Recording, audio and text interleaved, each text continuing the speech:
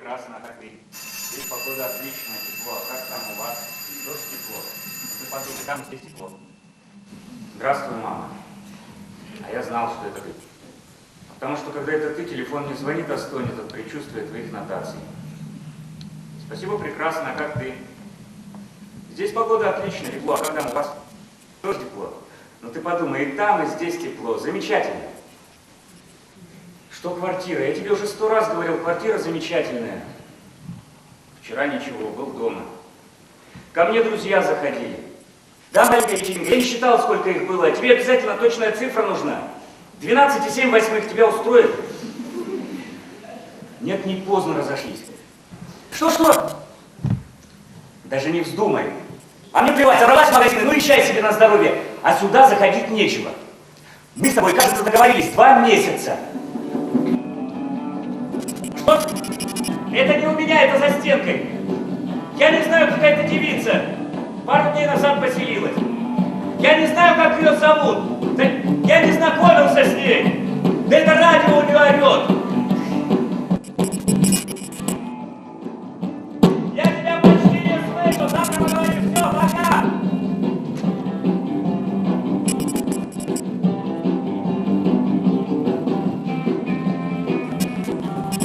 Эй! Нельзя ли там потише? Слушайте! Сделайте тише! Вы мне что-то сказали? Я говорю, нельзя сделать потише радио. Не надо выключать, просто немножко потише. А у меня нет радио. Это телевизор. Ну все равно, какая разница? Тут же стены как из бумаги. Точно! Из туалета!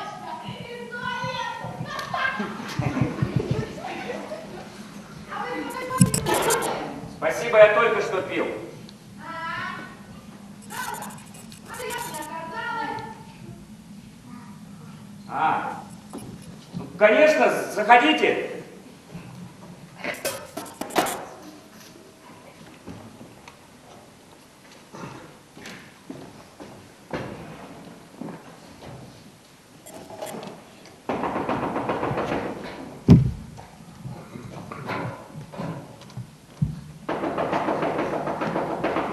Открыто. Ой. Привет, я Джилл Теннер. Дональд Бейкер. Анют, это Ванна просила. Слушай, ты мне молнию не застегнешь, а с тобой просто никак. А ты давно тут живешь? Месяц. А я всего 2 дня как въехала. Какой у тебя здесь порядок. С ума сойти. Все так аккуратно разложено. Да это не трудно, как бы раскладывать ничего. Да, мне тоже нечего. Но оно раскидано у меня по всей квартире. Слушай, а вот это что, а? Что именно? Ну вот это вот с лестницы. А моя кровать. Кровать? Какой кайф! Не нравится? И что? Койка с трапом? Класс! Я такой еще не видела. А уж на честь койку у меня опыт-то есть. А ты сам построил? Да нет, тут до меня парень шел, хиппи. Ему нравилось спать высоко. Слушай, а если навернешься отсюда? Так же можно себе что-нибудь сломать. Навернуться с табуретки тоже можно что-нибудь себе сломать. Сахар, сливки. Нет, спасибо. У меня был выбор. Я мог твою квартиру снять, а из этой койки решил сюда. Еще бы, такая койка. Я вот про все помню. И цветов себе куплю, и полотенец кухонных, и салфеток. Ну, в общем, все. А насчет с кофе просто склероз какой-то.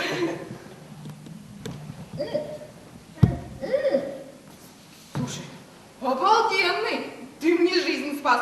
Вот куплю кофе, тоже тебя угощу.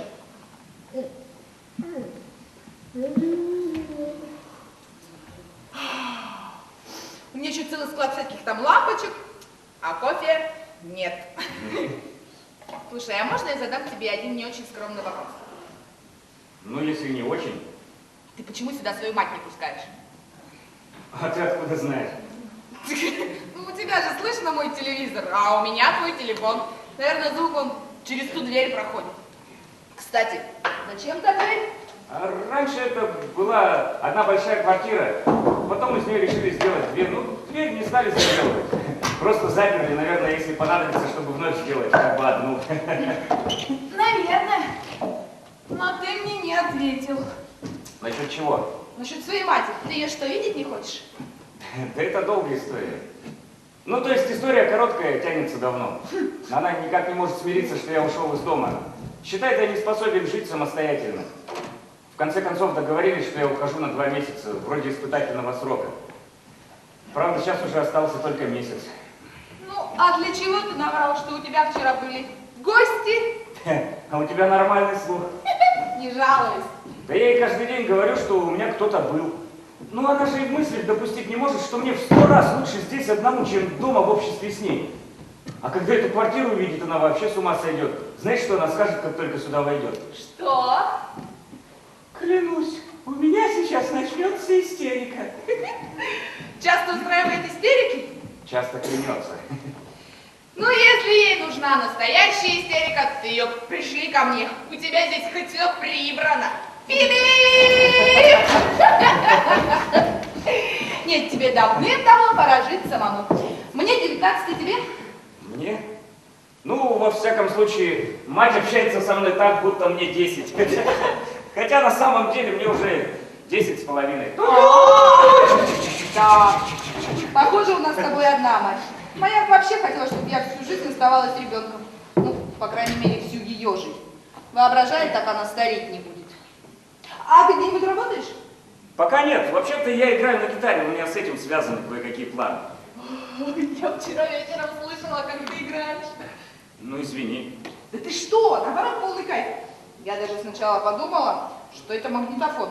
Ну, пока ты не стал без конца одну и ту же строчку повторять.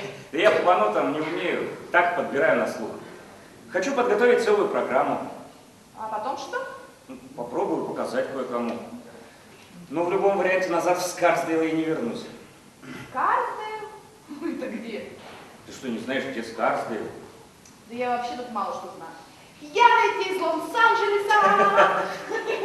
Скарсдейл это совсем рядом с Нью-Йорком, миль 20. Скарсдейл. Скарлатина какая-то. О, а кофе больше нет? Да сколько угодно. А как ты сказала, тебя зовут? Джилл Теннер.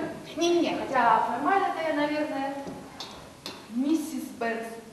Я ведь была замужем, в 16 лет вышла. 16? Да. И родители тебе позволили? Мать позволила. Я ей сказала, что беременна. Да добрала. Ой. А спорим, я знаю, что ты сейчас подумал. Ну что? Что я вовсе не похожа на разведенную. Да вовсе я так не думал. И долго ты была замужем? Долго. Мне казалось, это вообще никогда не кончится. Это тянулось 6 дней. Но Джек был не виноват. Да вообще никто не был виноват. Это была ужасная ошибка. А что он из себя представляет? Джек? Да мне и говорить о нем неохота. Ну, не хочешь, не говори. Не, ну почему, я скажу. Вообще-то, Джек ужасно милый. Ну, то есть, внешне это просто отпад. Ну, у него были эти рудименты инфантилизма. Ну, ты меня понимаешь? А вообще, когда мы с ним познакомились, это был как сплошной фейерверк! У нас была такая любовь, потрясающая, такая страстная. У нас каждый день был как Рождество.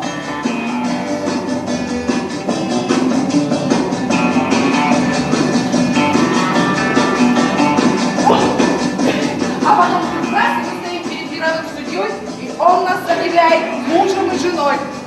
Кошмар. Сколько же вы с ним были знакомы? Ну, недели 2, а может и 3. Мало ли кто с кем знаком. Одно дело знаком, а другое замуж.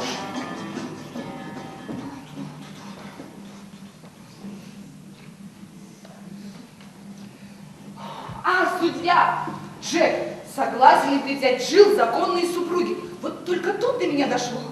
Черт, ну это же на всю жизнь. А судья, главное, так мрачен, так строго, пока вас не разлучит смерть. Ну, в общем, не свадьба, а полная панихида. Бедняжка. Да я с детства все мрачного боюсь. А тут было такое чувство, что меня заживо хоронят. Дико хотелось завопить, рвануть оттуда и раствориться во мраке ночи. Почему же не растворилась? потому что было 10 часов утра. А бежать среди бела дня с воплями. Вместо этого я хлопнулась в обморок. Только лучше бы я это сделала раньше, до того, как сказала согласна. Ну, раз уж ты вышла замуж, надо было постараться как-то все наладить. А ты думаешь, я не старалась? Уж поверь мне, я старалась все 6 дней. Хотя и знала, что все это без толку. Ну, ты же его любила. Ну, любила. По-своему. По-своему, это как же?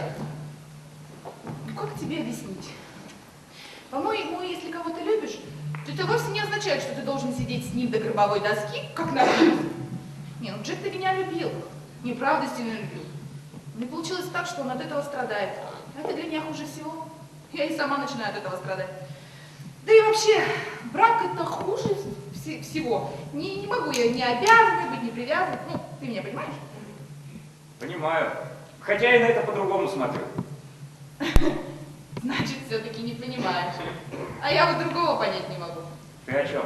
А ты зачем посыпаешь стол пеплом? Ты что, убрала отсюда пепельницу? Да вот же она, ты что, слепой? Ну да. Что да? Ну то, что слепой. Очень остроумно, молодец. Да я не шучу, я правда слепой от рождения. В смысле, сильно близорукий, что ли? Ну ты что, слов не понимаешь? Говорят же тебе слепой, не вижу ничего. Тут, черт, извини! Да только не переживай, я же не переживаю. Почему ты мне не сказал? Я сказал. Почему не сказал сразу, как только я вошла? Ты не спрашивала. А что это я должна была спрашивать? Я, знаешь ли, не имею такой привычки зайти в чужой дом и сразу «Здрасте, я Джилл Тейнер, а ты случайно не слепой?» Ну, у меня тоже нет такой привычки подойти к первому встречному. Разрешите представиться. Дональд Бейкер, слепой как крот. Все равно надо было сказать. Я бы на твоем месте сказала. А может, мне было интересно посмотреть, когда ты сообразишь? Ну, теперь ты все знаешь, так как завопишь и рванешь отсюда растворяться в ночи или обойдешься обмороком. Ты еще шутить можешь. Слушай, единственное, чем меня можно достать, это когда начинают ахать и охать. Терпеть этого не могу, так что не начинай, ладно? Ты что, уже настолько привык? Да мне как-то и не к чему было привыкать. Я ведь так родился слепым. Другое дело, если бы я сначала видел, а потом ослеп. А для меня слепота – это норма. Да я вообще только в 6 лет понял, что все остальные не такие, как я. Но тогда это уже мало что меняло. Так что расслабься, не бери в голову, разрешается даже смеяться. Смеяться, что ты слепой? Ну, если другого повода у тебя нет.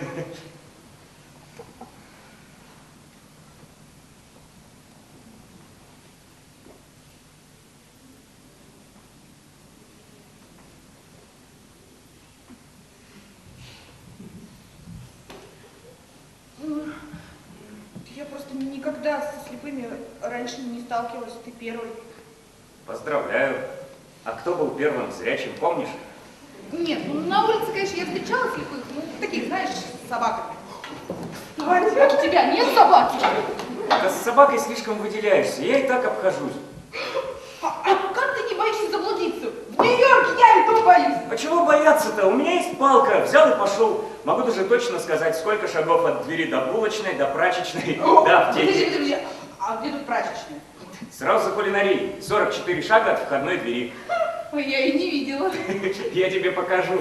Ну хорошо. А вот здесь? Ты же можешь на что-нибудь наткнуться и расшибешься. Да я точно помню, где что стоит. Холодильник. Холодильник? Кухня. Магнитофон. Гитара. Вешалка. Моя палка. Кровать, обеденный стол, телефон. Теперь, если ты еще поставишь на место пепельницу... О.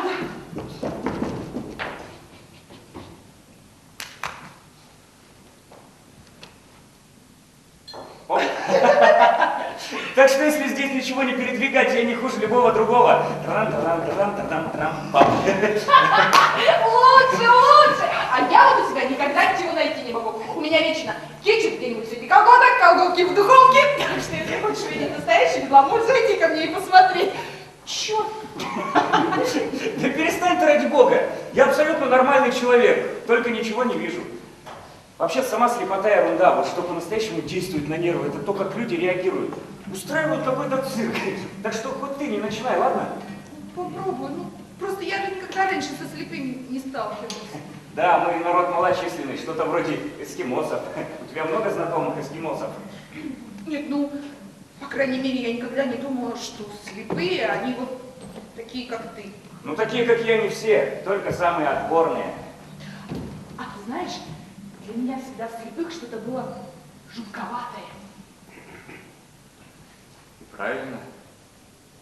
Днем, когда в мире светло, мы прячемся в черных подземных норах и спим. Когда же тьма окутает землю, мы просыпаемся и проникаем в дома добропорядочных граждан сквозь подземные коридоры, чтобы напиться их крови. Господи! Вот почему про нас так и говорят, слеп как крот. Нет, а это правда, что у слепых есть какое-то шестое чувство? Ну, во-первых, оно было бы только пятым. Во-вторых, это неправда.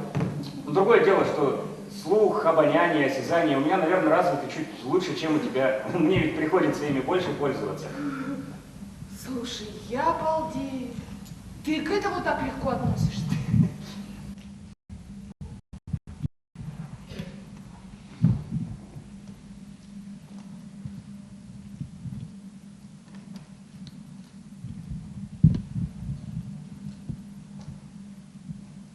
А я передвинулась. Я у телефона. Я знаю. Откуда ты знаешь? Но я же слышу, звук теперь идет с другой точки. Класс. А как это у тебя получается? Да очень просто. Закрой глаза. Ну, закрыла. Закрыла? Закрыла.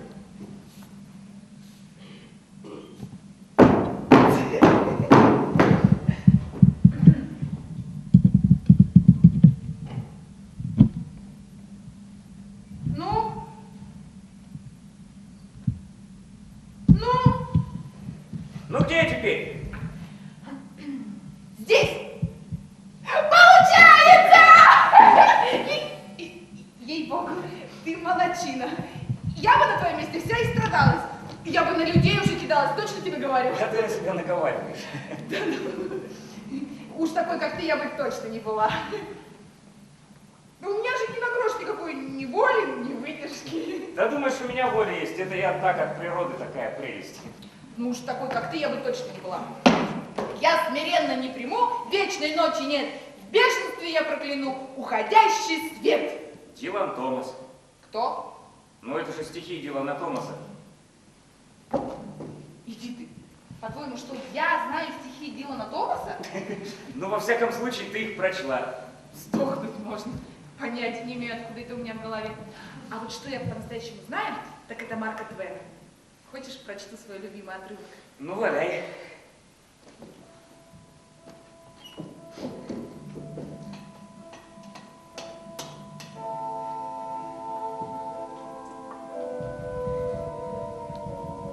Я прошу одного. Свободы. Свободны же бабочки. И люди не могут отказать Гарольду Скимполу в том праве, которое они признают за бабочками. Ты знаешь, а я иногда себя чувствую бабочкой. Ну как? Понравилось? Понравилось. Жалко, Марк Твен тут ни при чем. Это почему? Ну, потому что это написал Диккенс. Ты уверен? Конечно. Гарольд Скимпол — это из «Холодного дома» Чарльза Диккенса. Так я же в жизни Диккенса не читала. Ну, я была уверена, что это Марк Твен. Ну, хотя и его я не читала. Слушай, а вот ты читал? О, Господи. Да читал и Диккенса, и Марка Твена почти всего. И перестань дергаться через каждое слово. Все это напечатано по системе Брайля для слепых. А что, вслух тебе не читают? Ну, почему же читают газеты, журналы? Хочешь, я тебе как-нибудь почитаю? Конечно. Слушай, а каких-нибудь порнушных книжек у тебя нет? У меня и не порнушных нет. Жалко. Это единственное, что не издают по Брайлю. Я тебе как-нибудь почитаю. Ой, сама-то я и знать не знаю, что в мире творится. Меня ничего не волнует. Не говори глупости. Животных и тех что-то волнует. Если тебя совсем ничего не волнует, значит тебя просто нет.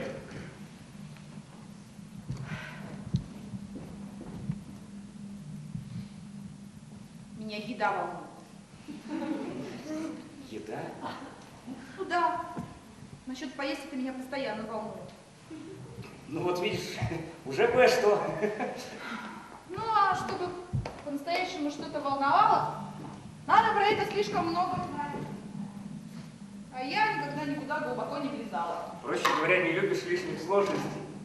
Ну, скажем так, знаю свои недостатки. Уже полдела. Когда знаешь свои недостатки, можно попытаться их исправить.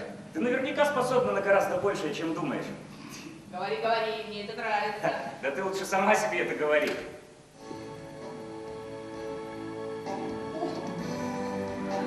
Слушай, такой класс, ты ее вчера играл. Да я ее еще дорабатываю. Две последние строчки никак не найду.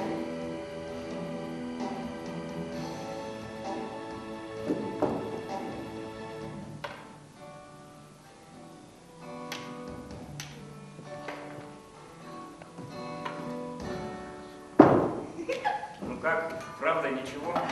Да ты что? Полный кайф! А ты бывал в Лос-Анджелесе? Нет. Говорят, у вас там климат потрясный. Климат потрясный, погода паскудная. Нет, ну если у тебя есть сад, бассейн, все такое, жить, конечно, можно. Мне тут больше нравится. Хотя многие говорят, что Нью-Йорк это место, куда каждый должен съездить, но жить здесь не стоит. А по мне самый кайф жить там, куда каждый должен съездить. А тебя-то что заставило сюда приехать? Да ничего меня не заставляло. Сама решила все поменять. Хочу стать актрисой.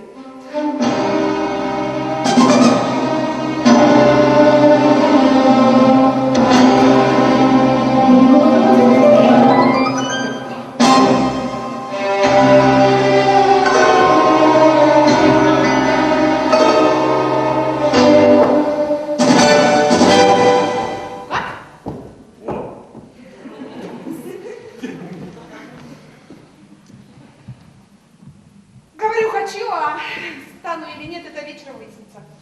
Иду показываться в один театр. Есть роль. Ну, правда, еще не на Бродвее, но я пока не голодная. А что за роль? Интересная? Мне нравится. Главное, про одну девчонку, которая выходит замуж, и у нее начинается, ну, полный облом. Потому что муж оказывается гомиком. Не, ну сначала на повесе он был просто алкаш, но сейчас же в искусстве моды на гомиков, вот они и переделали. Слушай, а ты сам случаем не гомик? Да нет, только слепой. А у меня один из самых близких приятелей голубой, Денис, он дизайнер. Вот эту вот блузку он сам шил. Скажи, классная. Говорю, классная! Денис, он ужасно славный, с ним весело. А вот кого я по-настоящему терпеть не могу, так это лесбиян. Все такие загнуды вообще вот юмора не понимают. Вот если он голубой, то и голубой. А если она, то не голубая, а тоска зеленая. Ну так что в этой пьесе-то? Она обращает мужа на путь истинный. Почти. Только в конце он сбегает с ее братом. С братом? То есть ее муж становится ее невесткой? Или она сама себе становится невесткой. Не, ну шансы-то у меня вроде неплохие. Ну, режиссер мой приятель. Но надо, чтобы я еще понравилась автору пьесы. А кто режиссер? А, вряд ли ты его знаешь. Его зовут Ральф Остин. Он здесь уже поставил несколько спектаклей, но настоящего шлягера у него еще не было. Начинал он в Лос-Анджелесе. Мы с ним вроде как там жили пару месяцев. А потом он предложил, чтобы я вышла за него замуж. Второй раз замуж я и подумать об этом не могла. Ты его любила? Ну, нет, наверное. Но я, наверное, никого никогда по-настоящему не любила. Я и не хочу. Привяжешься, а потом непременно кто-нибудь будет страдать. Слушай, ты есть не хочешь? Да нет, не очень. А ты что, хочешь есть? Я же говорю, что я всегда хочу. Такой аппетит даже стыдно. Слушай, давай я скажу в кулинарию, я же теперь знаю. Делаешь 44 шага. Попадаешь в прачечную, до кулинарии 51. Да у меня тут есть кое-что. Что у тебя есть?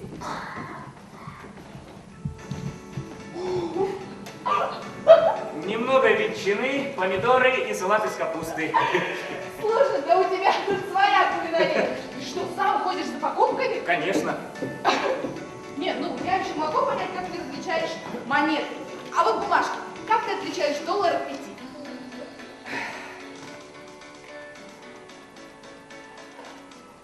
Это доллар, верно? Да, как ты догадался?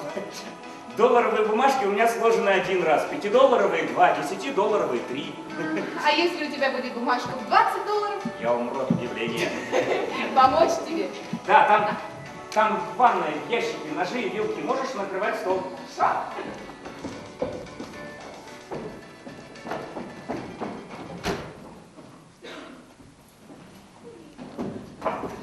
Слушай, а давай не на столе.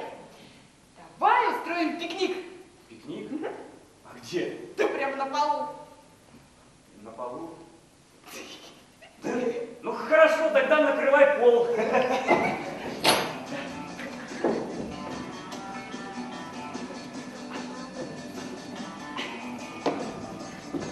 Слушай, а слепота она передается по наследству? Не знаю, ничего про это не слышал. А вот твой отец, он видел? Навряд ли. Он 6 лет как умер. Но до этого у него со зрением все было в порядке. Ты, наверное, его сильно любил? Сильно. Это был мой единственный настоящий друг. Я бы дружил с ним, даже если бы он не был моим отцом. А его смерть дико повлияла на мать. Она решила, что теперь она не только мать, но и отец, и сестра, и брат, и полиция, и ФБР, и Верховный суд. Нет, ну это-то мне понятно. Но отчего ты родился слепым, а? Доктора это как-то объяснили, а? Слушай, а я слыхала, что слепые часто рождаются у женщин, у которых сифилис. Твоя мать не могла подцепить сифилис? Погоди, вот увидишь, что тогда скажешь, могла она или нет. Когда это я увижу? Через месяц. У меня ведь всего месяц остался, а потом она явится поглядеть, как это. А вообще-то я не могла слышать, она несколько книжек написала. Флоренс Бейкер, не слыхала? Не, брат. Ну ты же сам видел, я могла ее книжки наизусть выучить и сама не знать. У нее целая серия детских книжек, а знаешь про что? Про детей, наверное. Про слепого мальчишку. Маленький Донни, победивший мрак. Донни, победивший мрак? И все это про меня. Ну чего не скажешь, чтобы набить себе цену. Да правда, клянусь тебе. Я из-за этого ненавижу, когда меня называют Донни. Скажи, где остановиться. Стоп! Давай.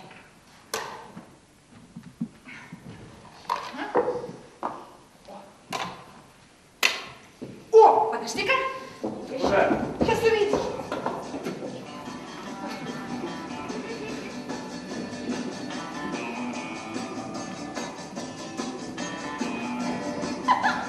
У меня кактус расцвел.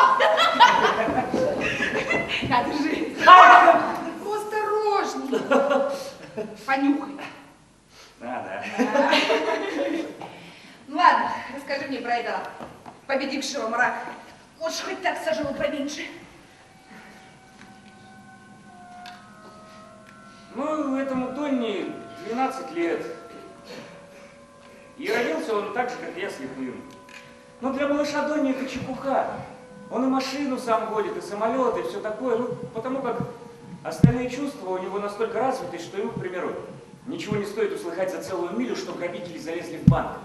Он неустрашимый борец с преступностью и вообще со всяческим злом.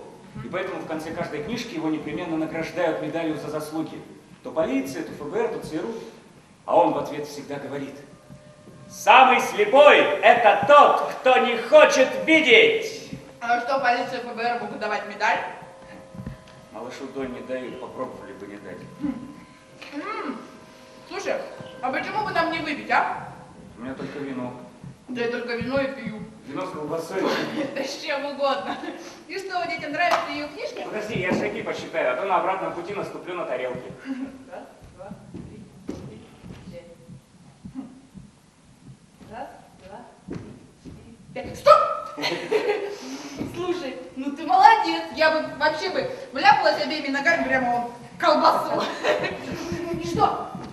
Детям-то нравятся ее книжки? Нравится, наверное, не знаю. что и дальше-то рассказывать? Ну, и она сейчас про них пишет? Про Да него? нет, она написала 6 книжек. Они, в общем-то, даже имели успех. Не такой, конечно, как Мэри Поппинс, но всем нравилось. За исключением слепых. В жизни это все совсем иначе. Слушай, у тебя ветчина почти кончилась. Она в этих книжках описывала свои мечты. Каким бы ей хотелось, чтобы был я, этакий слепой супермен. Угу. А где ты учился? В гостиной. Со мной специально учителя занимались на дому. А я думала, что для слепых есть какие-то специальные школы. Есть. Но тогда я про это ничего не знал. Да я вообще ни о чем толком не знал до прошлого года. У тебя ветчина вот-вот закончится. Что случилось там в прошлом году-то? С нами по соседству жила одна семья. Флетчеры. Их дочка Линда стала приходить читать мне. После смерти отца она была единственная, с кем я подружился. Она меня с собой сюда, в Нью-Йорк таскала и знакомила со всеми. И на вечеринки брала. У меня совсем другая жизнь пошла. Дома-то я был как какой-нибудь хомячок. Все ласкают, кормят, а из коробки не выпускают. А с ней я уверенность в себе стал чувствовать. И квартиру эту она нашла. Сперва я жутко боялся, аж поджилки тряслись. Потом решился. Хотя, может, и зря. И ничего не зря. Все равно рано или поздно пришлось бы. Твоя мать не вечная. Только ты этого не сообщай. Ну, а где сейчас ты твоя Линда?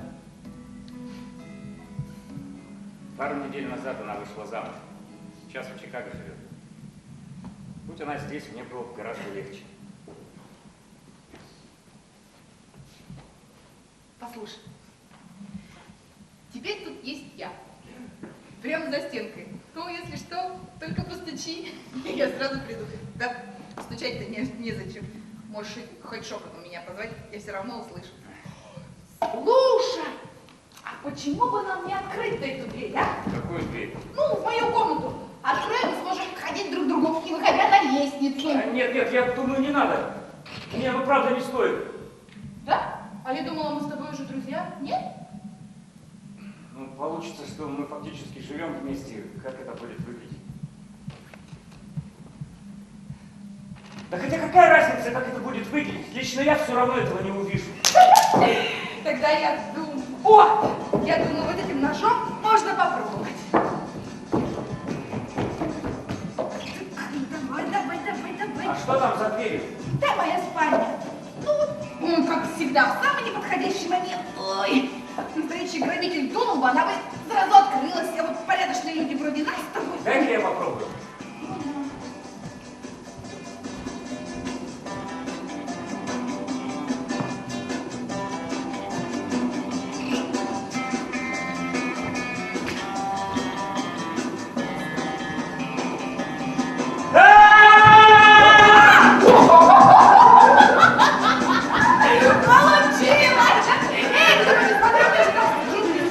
Хорошо, смотреть не буду.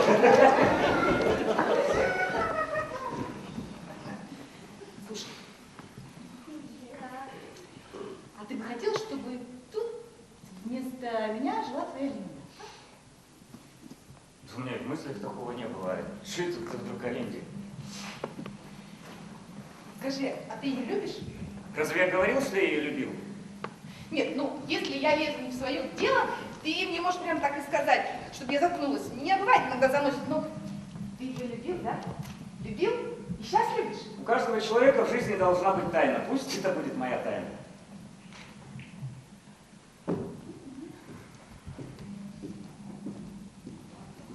Ну, а как она хоть выглядит, это твоя Линда? Да. Красивая. А ты откуда знаешь? Я могу пальцами ощупать лицо человека и сказать, какой он.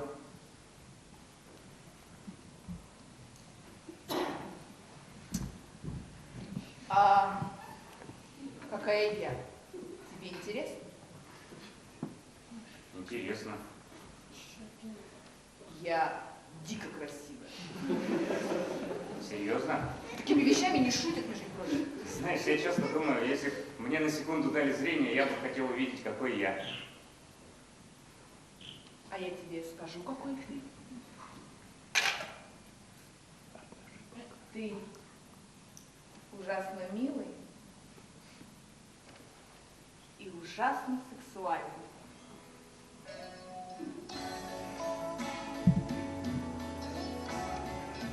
Какие у тебя мягкие волосы.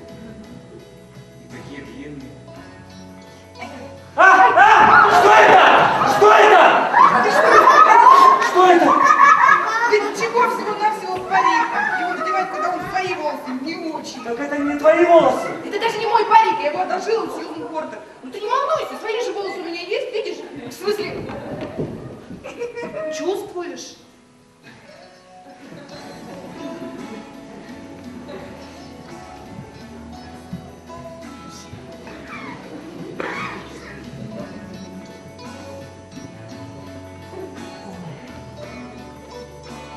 А это что? Что? Накладные ресницы. У тебя нет своих ресниц? Есть, конечно. Их же гораздо длиннее, с ними глаза кажутся больше. Твоя Линда что, не носила? Нет. Наверное, у нее свои длинные были. Я ее прям ненавидеть начинаю. Ну ладно, можешь продолжать дальше. Да я уже боюсь. Не бойся, дальше будет натуральная.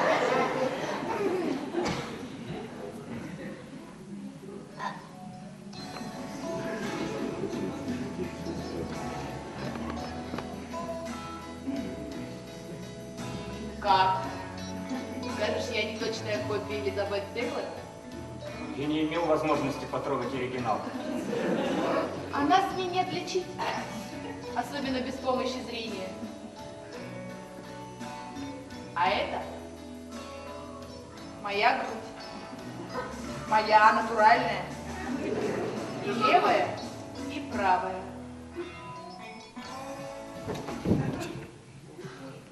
Что с тобой? А ты не понимаешь? Понимала бы, не спрашивала. Слушай, тебе это зачем? У тебя что сегодня, день помощи инвалидам? Так я в твоей жалости не нуждаюсь. Да какая еще помощь, Господи? И делать то, что хочу. То, что хочу сама. Сейчас ты сам увидишь, что я вовсе тебя не жалею. Какая еще?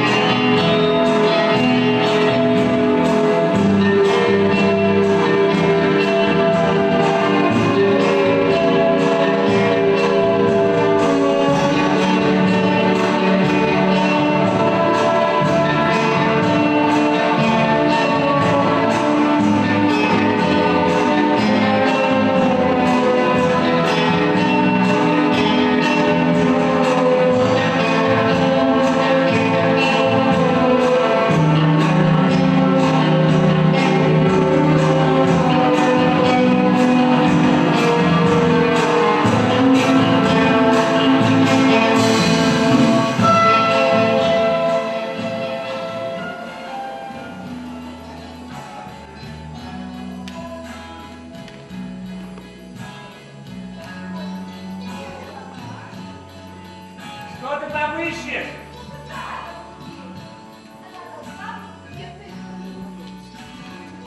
Ничего не возможно. Кто? Кто же никто? Я знаю. Знаешь сейчас. О! Вот.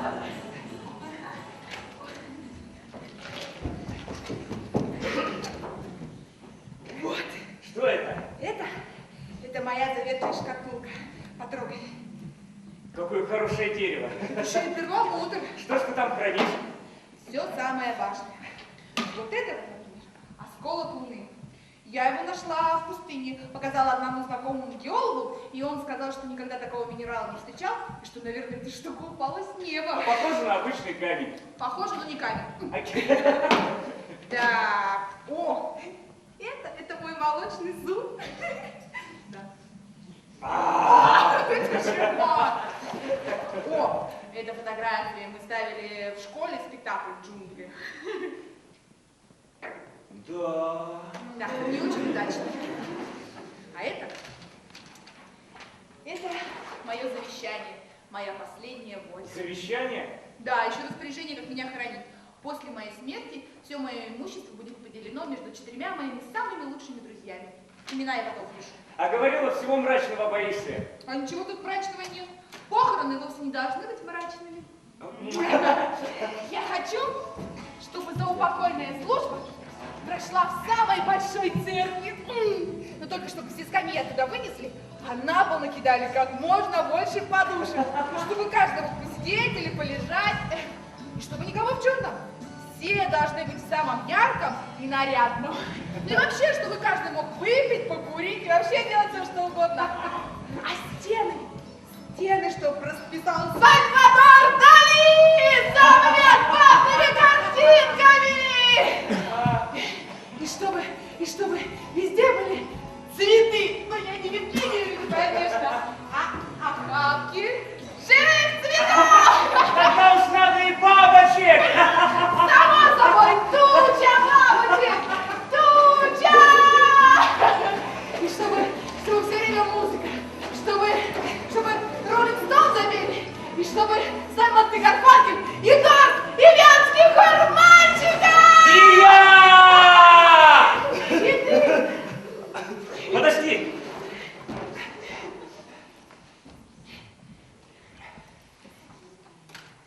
Эта песня посвящается тебе! Эй, вы еще живы? Я не вижу ваших рук, а? Как тебе ходится, как тебе бродится, что дорогого сердцу находится там, на земле святой. Ты поскорей возвращайся, пожалуйста, но не из чувств какой-то там жалости. Если душа позовет, я за мечтой утробой раскаленною,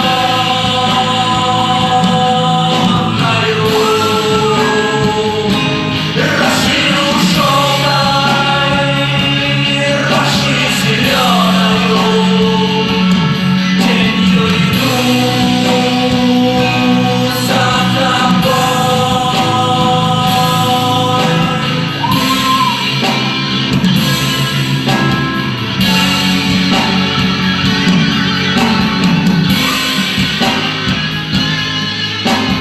Ну а когда там свободнее дышится, видится зорче, просторнее пишется, ты продолжай полет. Ты поскорее возвращайся, пожалуйста, но не из чувства какой-то там жалости.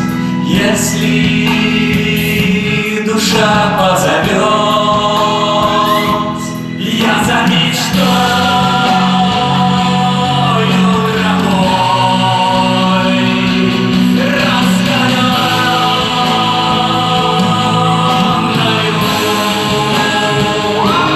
рощину желтой, рощи зеленою, тенью иду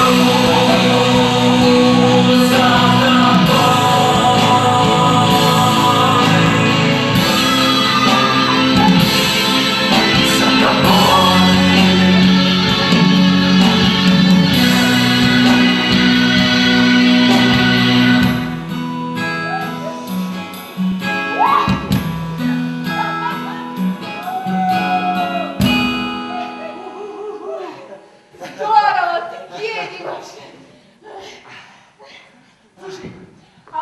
тебя есть подарок. Какой? Давай.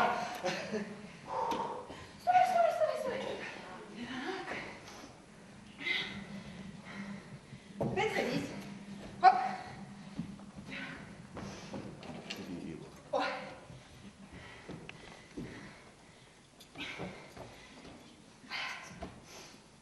Хоп. Что это? Угадай. Ожерелье? Это бусы. Бусы всеобщей любви. Ты их обязательно должен носить, если собираешься выступать со своими песнями. Ничего про это не слышал. Да ты что? Их все отварные певцы носили. И Донован, и Джимми Хендрикс. Слушай, а кроме бус, что еще нужно? Для начала костюм. Я думаю, надо что-то такое придумать, чтобы прям все легли. Я уж про прическу твою не говорю. А что прическа? Да, погоди, я тебя сейчас сама причешу. Зачем прическа-то плоха? Да так! Слишком аккуратная. Прямо как у этого страхового агента. Так, где это?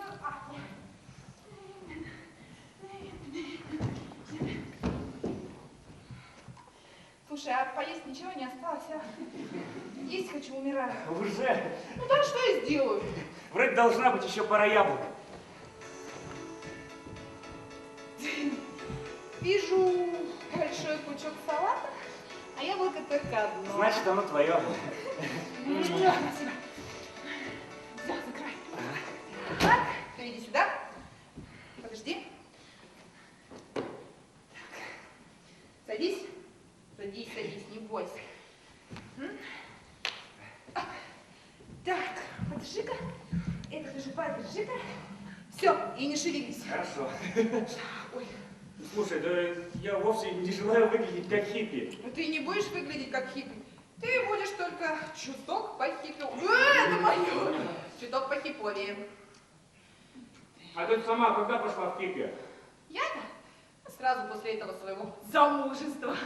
Но вообще-то я хиповать начала в знак протеста против своей матери, но из этого ничего не вышло. Потому что, когда я заявилась домой во всем своем хиповом прикиде, ну, то есть там эти сандали, набор ногу, у меня бусы, волосы распущенные. Мать чуть с ума не соскочила. До того ей все понравилось. Тут она сама распустила космы, напялила сандали, бусы. Ну, в общем, захиповала еще почище меня. Ну и как тут будешь протестовать против человека, который делает то же самое, что и ты, а? Тогда я решила сменить пластинку. Все, поворачивайся. Осторожно.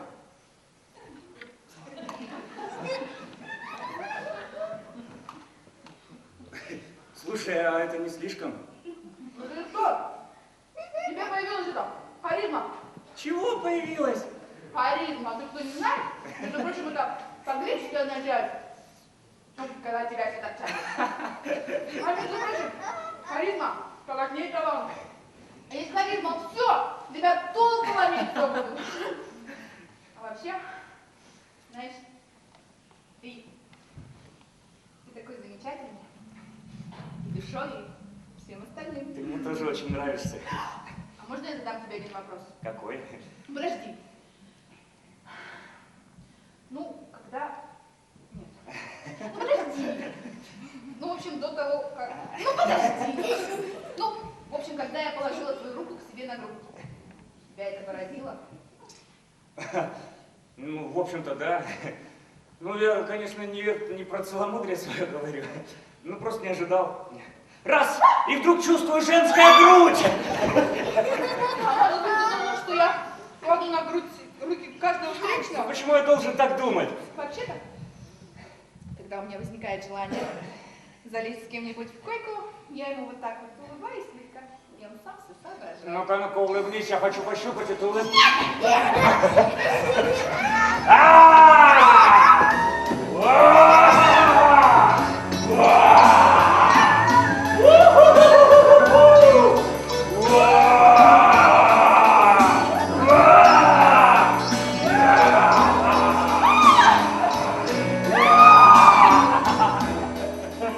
Знаешь, я вообще-то терпеть не могу говорить про секс, но ты такой потрясающий! Как Рождество! Ты сразу, как я Рождество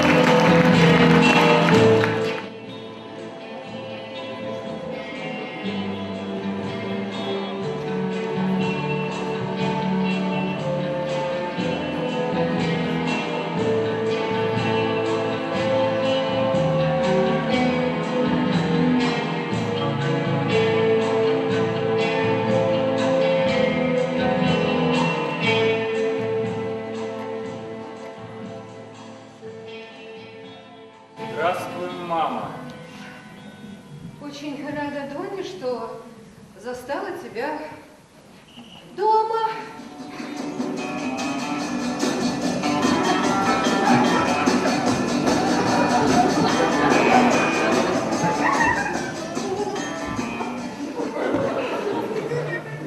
Джилл, познакомься, это моя мама.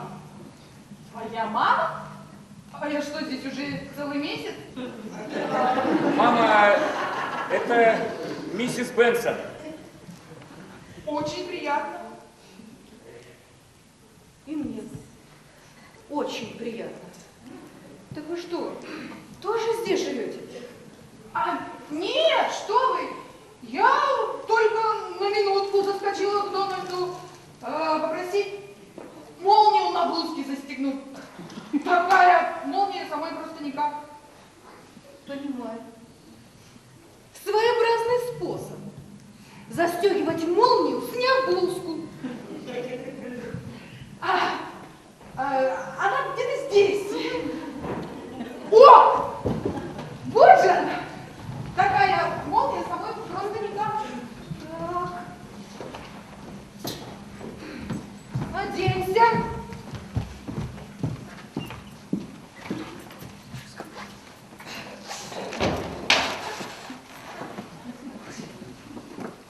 Мама, а ты почему пришла?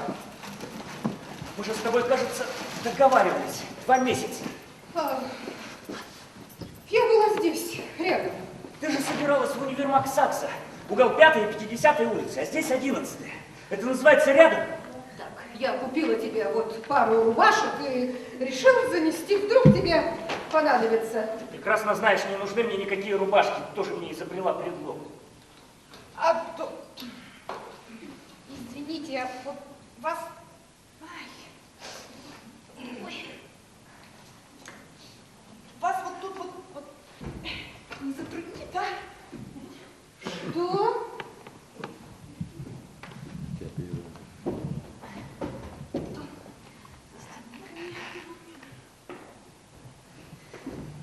Так значит, ты вот для этого ушел из дома? Да, для этого. Не Букингемский дворец. Нет, скорее Тадж-Махал. А ты что, теперь ешь на полу?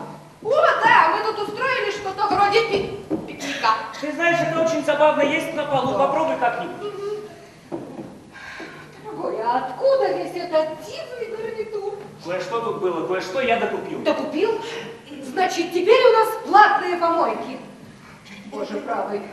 А там что? Где? Куда ты смотришь? О, там моя комната. Да? Скажите, миссис Бенсон, а вам не приходила в голову мысль нанять бригаду мусорщиков? Обойдусь. Я, может быть, и не ряха, но не грязнуля. Грязь и беспорядок – это разные вещи. Да, зато теперь я знаю, у кого консультироваться насчет грязи и беспорядка. И что? Вот эта дверь, она всегда открыта. Нет, обычно она закрыта. Я ее сегодня открыл. О, так, а это что такое? А теперь куда ты смотришь? Знаешь, мне и самой интересно. На твою кровать, что? Мама, это моя кровать. Классная, да? Доня, мальчик мой, да как же ты спишь-то на такой высоте? Как младенец. А если свалишься вниз? Встану и залезу наверх. Так, а малыш, где ты хранишь свои вещи? В ванной. Там шкаф и комод. Комод в ванной? Прелестно!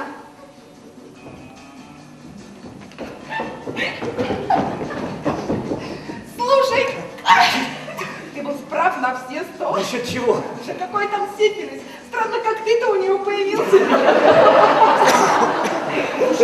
А почему ты меня представил как миссис Бенсон? Да сам не знаю, так вроде более солидно звучит. А что он там делает, а? Проверяет состояние унитаза. Она же выдающийся эксперт по унитазам! Слушай, а как ты догадался, что это именно она вошла? Она же молча вошла. По запаху Шанель номер 10, как этот запах, слышу, все сейчас появится. Это у нее место полицейской сирены, да? Ой, мамочки! А сейчас-то она что там делает? Копается в ящиках, проверяет, кто у меня с нижним бельем. В общем, выискивает компрометирующий материал, чтобы забрать меня отсюда. Хотя я был уверен, что она еще с порога скажет: клянусь, у меня сейчас начнется истерика. Даже странно, что она молча вошла. Ну и что не вечер еще скажет. Да нет, она должна была сразу сказать, я все их привычки знаю. Слушай, давай поспорим, а? На сегодняшний ужин. Если не скажет, то ужинай у меня. А если скажет, то у тебя. Проигравший покупает жратву. Договорились, но можешь сразу идти в магазин. Чего не скажешь? Чудная ванная. И это все? Я ожидал большего. А я еще не закончила. Я еще даже не начинала. Ну тогда давай выступи и успокойся. А, собственно, сказать можно только одно. Вот сейчас. Это счастье, что ты не видишь, как ты тут живешь. Во всяком случае, счастье, что здесь, а не там. Да, кажется, я проиграла. Ну ладно, в 7:30, ладно? Договорились.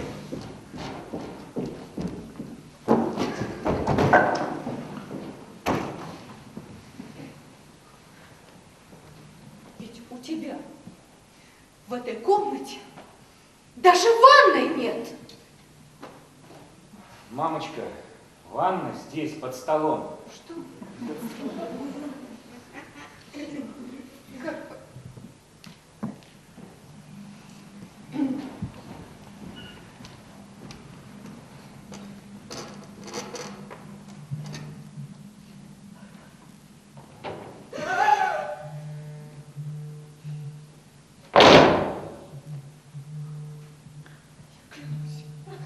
У меня сейчас начнется истерика.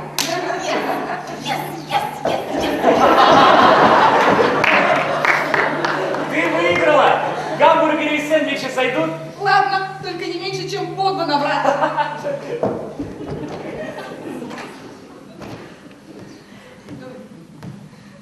Тони, малыш, это твоя квартира. Да в конце концов, бог с ней самый обычный клоповник, но прости, но как ты сам выглядишь. Ты же истощен до последнего предела. До последнего, мамочка, еще далеко. Мой вес точно соответствует росту, а главное возрасту. Или ты забыла, мне уже скоро 11. Вот, судя по остроумию, не больше 5. Так, и чем же ты тут питаешься? М?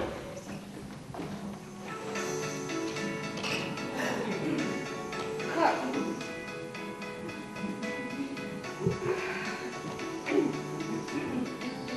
О, какое разнообразие! Пучок салата. Ой, нет, и яблоко. Где? Где там яблоко? Под салатом. Я же говорил, что там 2. Точно. Постойте-ка. Скажите, а где же мистер Бонсон? А это кто? Ну, я полагала, это ваш супруг. А, вы про Джека? Понятия не имею. Последний раз я его видела в Лос-Анджелесе на бульваре. А что?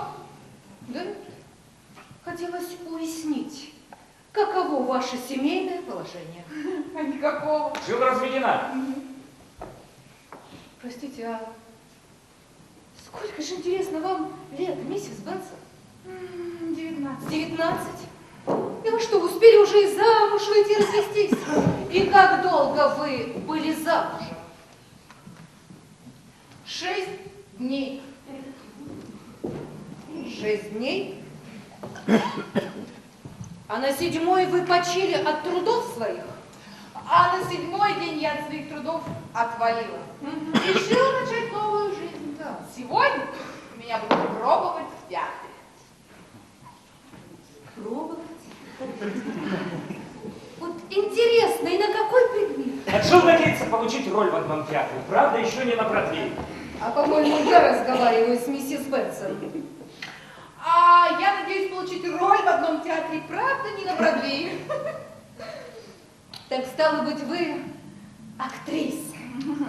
Ну, тогда я могла вас видеть в каких-нибудь ролях, но кроме как в роли жертвы, не застегнутой молнией. Это вряд ли. Если только вы со мной в одно время в школе учили, мы там спектакль ставили «Джунгли».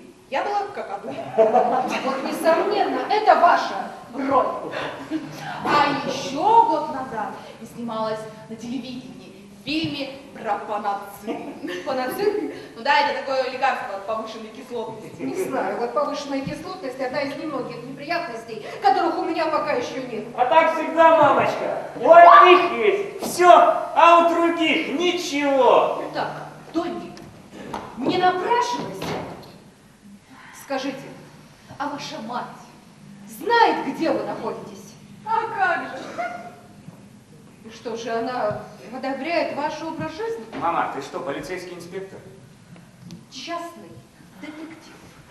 А ты все-таки напрашиваешься, да? Надеюсь, миссис Бенсон не станет возражать, если я задам ей пару вопросов. Знаете, вообще-то мне уже пора. Я Так, чем занимается ваш отец? Который?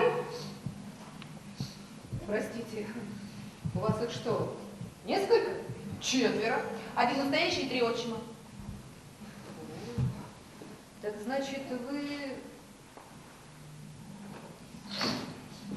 из распавшейся семьи. Даже сразу из нескольких распавшихся. Ладно, до вечера, Дон. Желаю удачи. Спасибо. Не забудь в 7:30. Так, и что такое будет в 7:30? Мы с Джилл вместе ужинаем. Миссис Бенсон! Мы ужинаем вдвоем, только вдвоем, понятно? Вы кое-что забыли. Что она забыла? Волосы Сьюзен Поркер.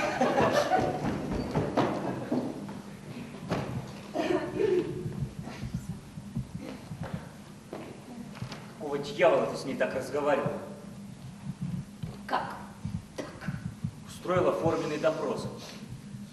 Ты что, генеральный прокурор Скарсдейла? Так, но я полагаю, я имею право знать, с кем общается мой сын. А лучше поговорим о моих правах. Тебя здесь еще целый месяц никто не ждал. Что тебя приспичило заявиться? Так, а с каких это пор ты со мной разговариваешь подобным образом? А с каких пор ты влезаешь ко мне как шпионка? Никто к тебе не влезал, вот дверь была нараспашку. Могла бы постучать. А почему ты не запираешь двери? Теперь-то уж я точно буду запираться. Ну почему надо было поселиться именно вот в этом отвратительном районе? Хотелось, чтобы было похоже на наш родной Скарсдейл. Малыш, ну можно же было нормально жить, среди нормальных людей. Не знаю, но где-нибудь в районе 60-х, 70-й улицы. Уже начиная с 30-й нормально живут одни жулики. Знаешь, вот лично мне, среди вот этой вот подобной публики, было бы просто страшно. А у меня здесь хорошие отношения. Я бы даже сказала близкие. Подожди. Малыш, а ведь только сегодня утром ты сказал, что не знаешь даже имени этой миссис Бенсон. Утром не знал. Мы с ней позже познакомились. И так стремительно подружились. Да, она очень общительная. А вот это заметно. Можно задать тебе интимный вопрос? Нельзя. Скажи, а ты с ней уже?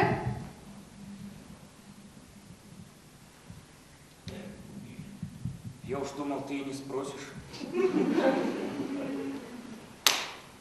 Уже. Как будто я не знаю.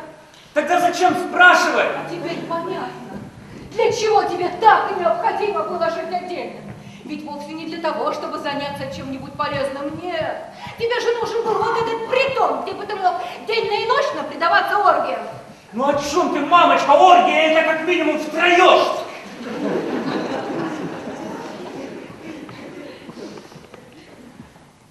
мальчик мой. Дуня, я же тебя знаю. Ну, сначала голову тебе заморочила. Это Лита Флетчер, а теперь что? Влюбишься вот в эту новую девицу? Возможно. Зато в одном можешь быть уверена. Я не гомиш. Так, я тебе скажу как мать. Миссис Бенсон отнюдь не девушка твоей мечты. Нет, ну все, она утопится. Во-первых, она явно не умна и не образована. А это ты зря. Она даже знает наизусть стихи Дилана Томаса. Скажите на милость. Зато Дилан Томас вряд ли стал бы ее цитировать. Шутка, ха-ха-ха. Но внешне. Ну, внешне-то ведь лучше просто смотреть, ну не на что. Да вот я и не смотрю. Эти крохотные поросячьи глазки. И фигура, как палка. Считай, что ты описала девушку моей мечты. Ты, к несчастью, не можешь видеть, что хорошо, а что нет, а я могу. Я могу посмотреть на человека и увидеть, что у него в глазах. Зато я могу увидеть сразу, что у него в душе. Или ты забыла, твой малыш Тони ужасно проницательный. Слушай, не говори ерунды, ты ничего не знаешь про жизнь. А кто виноват? Из-за кого я даже в школу не ходил с остальными детьми? Ты не мог? Почему? Существуют школы для слепых? У нас была возможность учить тебя дома. И я считала, что так будет лучше, чем отдать тебя туда, где бы ты постоянно находился в окружении одних слепых, точно прокаженных.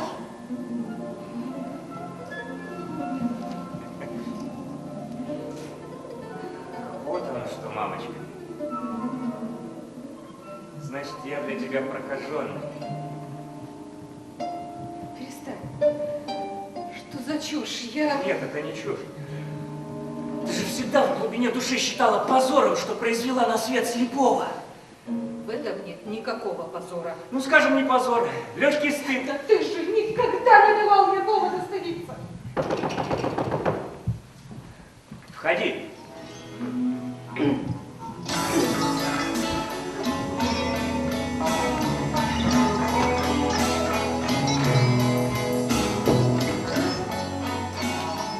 Ужасно неловко вас беспокоить, но тут тоже молния. Ну.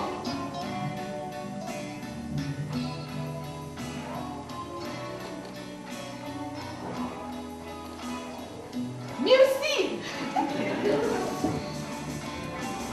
Первый раунд за тобой, главное держись.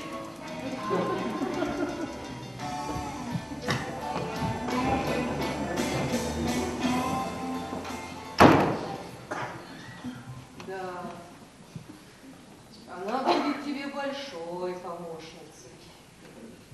Самоотец. А вот тут я помогу.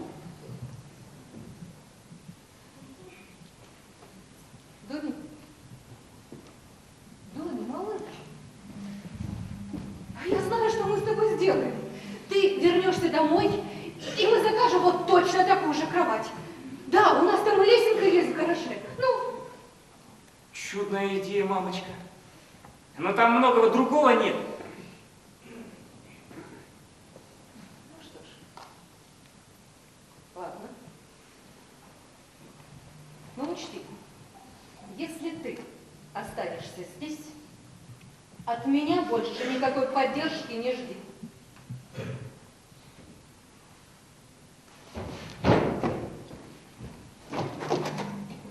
Ну и куда ты собрался звонить? В редакцию Daily News. Материал как раз для них. Флоренс Бейкер лишает поддержки несчастного калеку. Да нет. А я ведь серьезно. Серьезно? Тогда лучше в Таймс. Так. И на что ты собираешься жить? Ведь все, что тебе удалось копить, ты ведь наверняка истратил. Кое-что еще осталось. А когда не останется? Тогда возьму кружку и пойду просить милостыню. А вот теперь мне за тебя действительность. Да ты не бойся, мамочка. Рядом с твоими любимыми магазинчиками я попрошайничать не буду.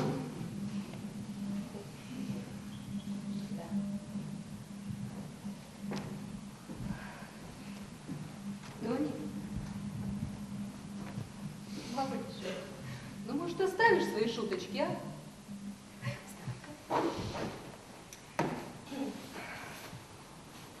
Знаешь, я просто хочу знать, какие у тебя планы? Играть на гитаре и петь. Ты же сама говорила, у меня неплохо получается. Да, но я вовсе как-то не думала, что ты собираешься сделать из этого профессию. Слушай, да ты вообще представляешь, какая вот тебя ждет конкуренция? У меня шансов не меньше, чем у других. Даже больше. Во мне есть это... харизма. Харизма? И это у тебя здесь появилось? Ну и как же ты пришел к такому блестящему решению? Да очень просто, мамочка. Методом исключения. Сомневаюсь, чтобы в Pan American мне с большой радостью доверили бы штурвал Боинга. Другие авиакомпании, пожалуй, тоже откажутся.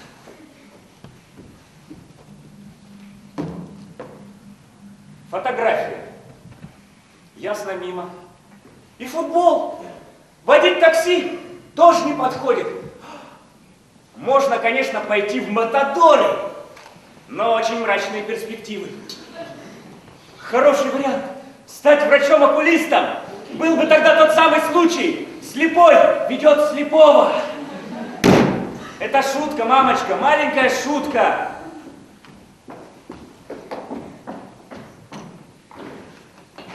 Что ты там делаешь?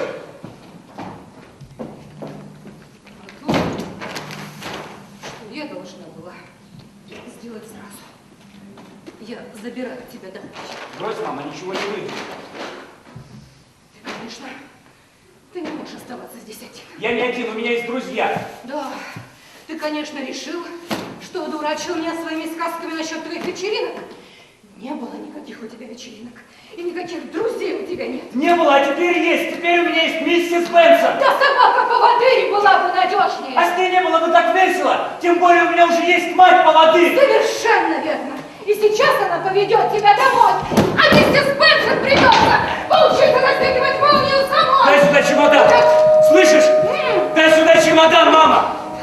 Дай сюда чемодан, я сказал. Мама!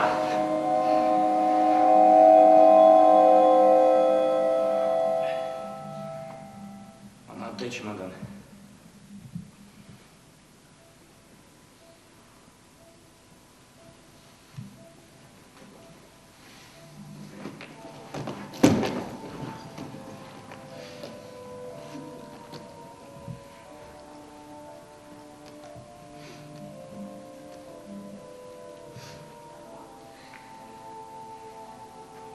Ну, прошу тебя, мам, ну перестань за меня волноваться, а.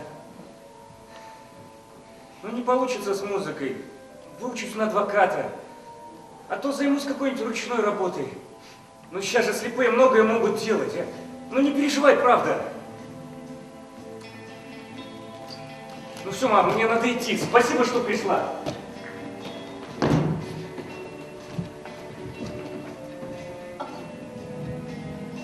Куда тебе надо? Купить кое-что к ужину. Я же сказал, мы с Джилл сегодня ужинаем. Я подожду, пока ты вернешься. Нечего тебе тут ждать. Возвращайся себе спокойно в Скарсдейл. Утром я тебе позвоню, мы все обсудим. Ну, прошу тебя, чтобы к моему приходу ты испарилась. Я думала, мы сегодня вместе поужинаем. Твои планы изменились. Я же сказал, я и миссис Бенсон, причем вдвоем, понятно? Чего ж не понятно. Сперва ужин, а потом оргия. Да? Хотелось бы! Наконец-то тебе открылась страшная правда. Маленький Донни вырос и стал большим развратником!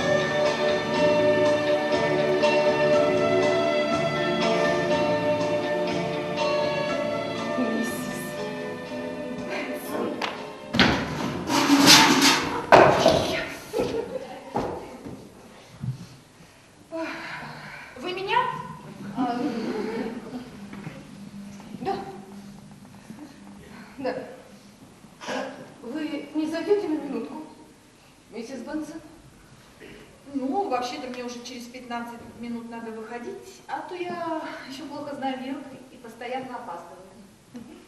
Не беспокойтесь. Я сама прослежу, чтобы вы вышли вовремя. Знаете, мне кажется, нам надо поговорить. Как женщина женщине. Прошу вас, садитесь.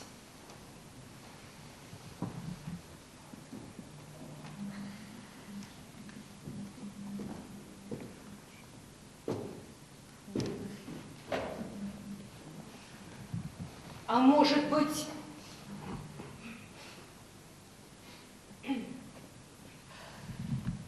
кофе или чаю? Нет, спасибо. А вот если яблоко еще там?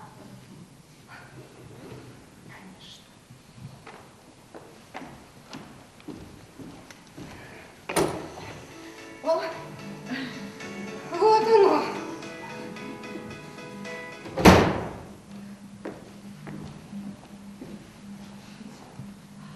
Знаете, сейчас надо очень тщательно мыть все фрукты и овощи.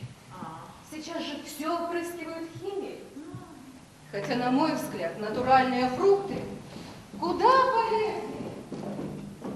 Знаете, я очень люблю, когда яблоки так отмыты, что...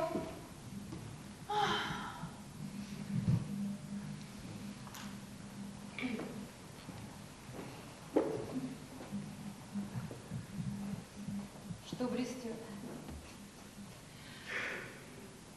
Ой, а мне это сейчас что-то напомнило. Не знаете что? Но откуда же мне знать? Вы мне протянули яблоко, блестящее, отмытое. Ой, ну конечно, Белоснежка. Помните, ее там ведьма отравленным яблоком угощает? Простите, миссис Бейкер, я совсем не то имела в виду. Вы вовсе не ведьма. Да и вы. Не Белоснежка. Мне там на сцене не 1 час придется просидеть. Ей-богу, прям там умру с голоду. Ну, роль-то вы получите. Да вы сами это прекрасно знаете. Почему вы так уверены? Да потому что вы хорошенькая. А для тех...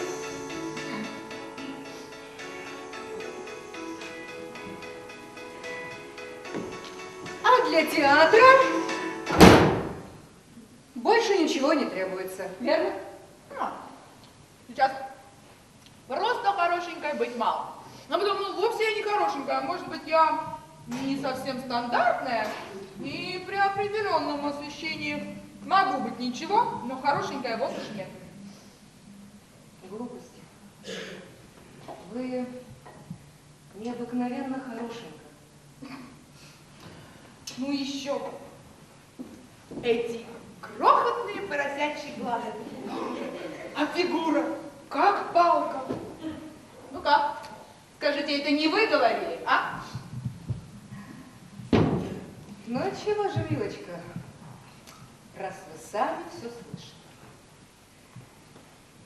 Знаете, а мне нравится ваша искренность, ваша прямота.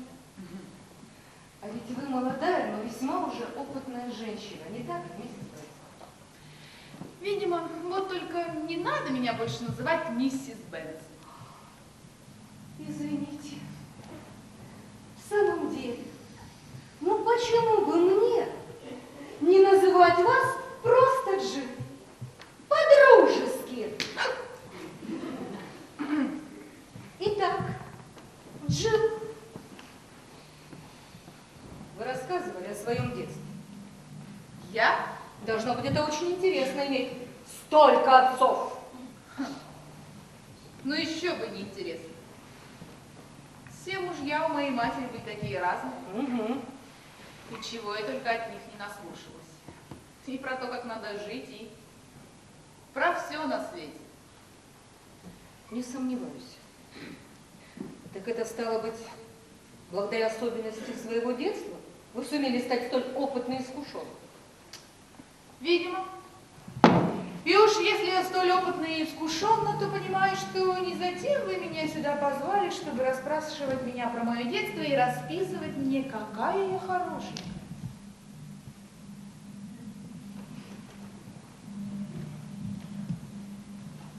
Знаете,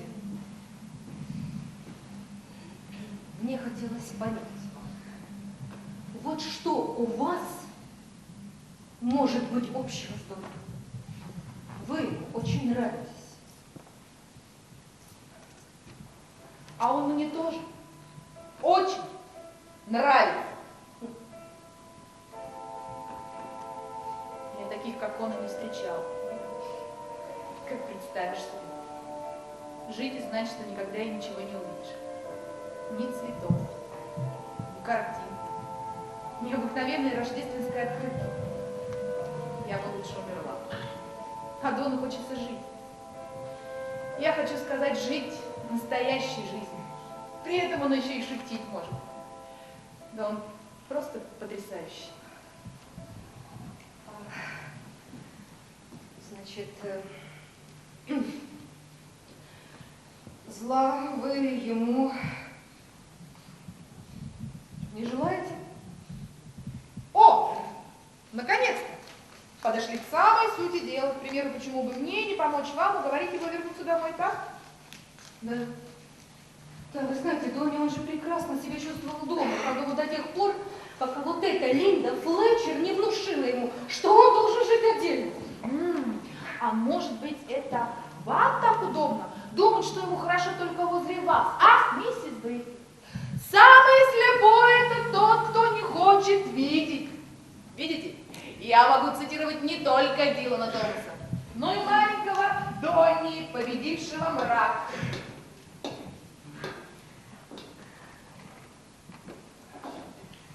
Знаете, вы не перестаете меня удивлять. Ну, на то мы и опытные, искушенные женщины. Поразительно. До чего у вас много общего с Линдой. Надо отдать ему должное. Мой мальчик Донни проявляет постоянство вкуса. А почему вы его зовете Донни? Да потому что его так зовут. А он терпеть не может, когда его так называют. Мне он этого никогда не говорил. Ну, наверняка говорит. Только вы же не слышали. Самый глухой – это тот, кто не хочет слышать. Значит, вы полагаете, что для Донни будет лучше, если он останется же здесь в одиночестве? Я полагаю, что для Дональда будет лучше там, где он сам захочет. И здесь он не в одиночестве, здесь есть я. Вы? Простите, и надолго ли? Вы заплатили за квартиру вперед? Вообще не заплатил. Да, значит, вы можете уехать отсюда хоть завтра. Точно. Тем более, что в браке вы ведь больше 6 дней не выдерживаете, верно? В браке? С чего это вы вдруг о моем браке? Ну да. Вам-то эта мысль в голову прийти не могла. Ну почему же не могла? Могла. Могла? Да вы хоть представляете себе, что это такое выйти замуж за слепого? Да на такое не согласилась бы даже ваша матушка.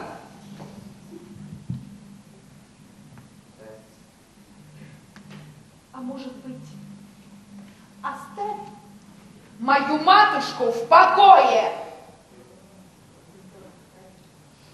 Извините. Извините.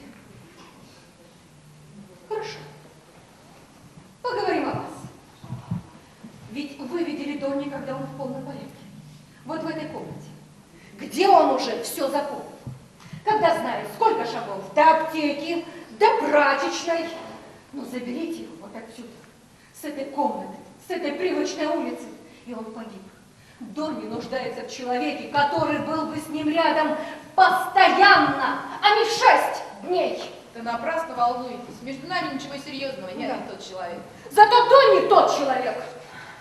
Да бросьте, нам с ним просто весело, вот и все. Что? Весело? А вы знаете, у него с Линдой Флетчер тоже вот так же начиналось. Просто весело. А потом по-настоящему влюбился. А что если вас полюбит по-настоящему? Вот тогда что?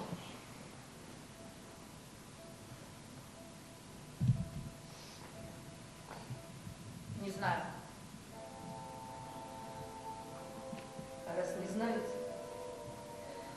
остановитесь, пока не заставили его страдать. А вы-то сами думаете, вы не заставляете его страдать? Страдать нет. Я могу его только раздражать. А вот страдать он будет из-за вас.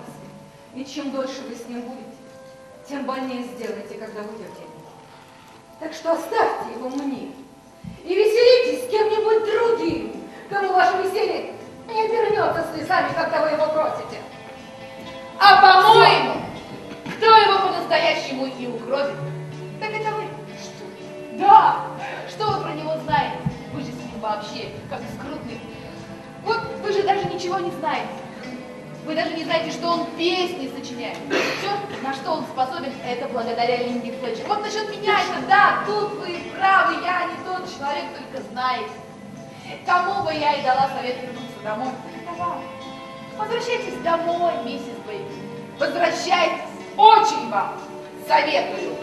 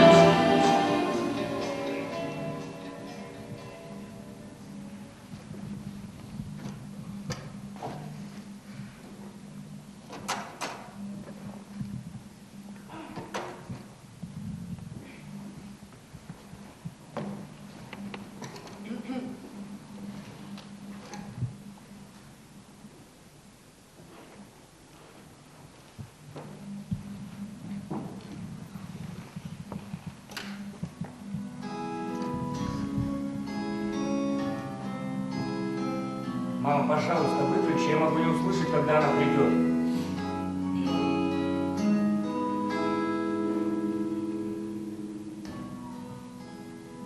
Прости, так вот это ты сам сочинил? Да. Как ты догадалась, что это я сочинил? А я не догадалась. Просто спросил. Хорошо. Удивительно. Что удивительно? Что хорошо? Нет. Я хотела сказать, удивительно хорошо. Интересно, и где она так долго? Наверное, еще показывается. Вот что можно так долго показывать? Знаешь, я уже беспокоюсь. Что, ты беспокоишься? А ты нет? По-моему, с тобой что-то происходит. И песня моя понравилась, и насчет Джилл забеспокоилась. И уже 3 часа как ничего не говоришь про мое возвращение домой. Что случилось? Ничего не случилось. Я не узнаю свою стальную несгибаемую мамочку. Еще немножко, и ты вообще скажешь, что она тебе нравится. Разве я говорила, что она мне не нравится? Просто мне хотелось, чтобы она была совсем другая. Она и есть совсем другая. Угу. Это-то тебя и не устраивает. Ну, я в ее возрасте, во всяком случае, знала, что такое пунктуальность. Да, и что ж ты знала? А я знала, что если я на 3 часа опаздываю к ужину, то обязана позвонить и предупредить. Чтобы ты опоздала к ужину на 3 часа, да никогда в жизни. А вот это уж точно. Ты бы заявилась на месяц раньше.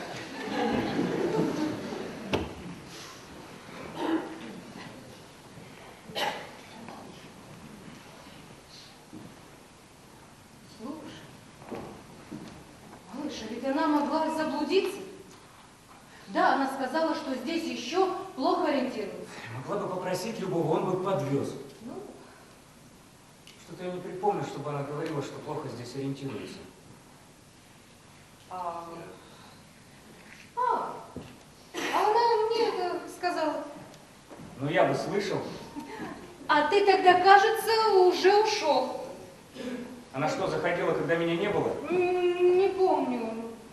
Да, вот кажется. Зачем? Ну, как обычно, застегнуть, мол. Ты же ее при мне Ну, застегнула. а потом она еще раз забежала буквально на минуточку. И о чем же вы с ней говорили? Да я уже не помню. Как же ты запомнила, что она сбивается с дороги? О чем еще ты с ней говорила? Ни о чем особенном. Если ни о чем особенном, тем более скажи! Тоня, почему ты на меня кричишь?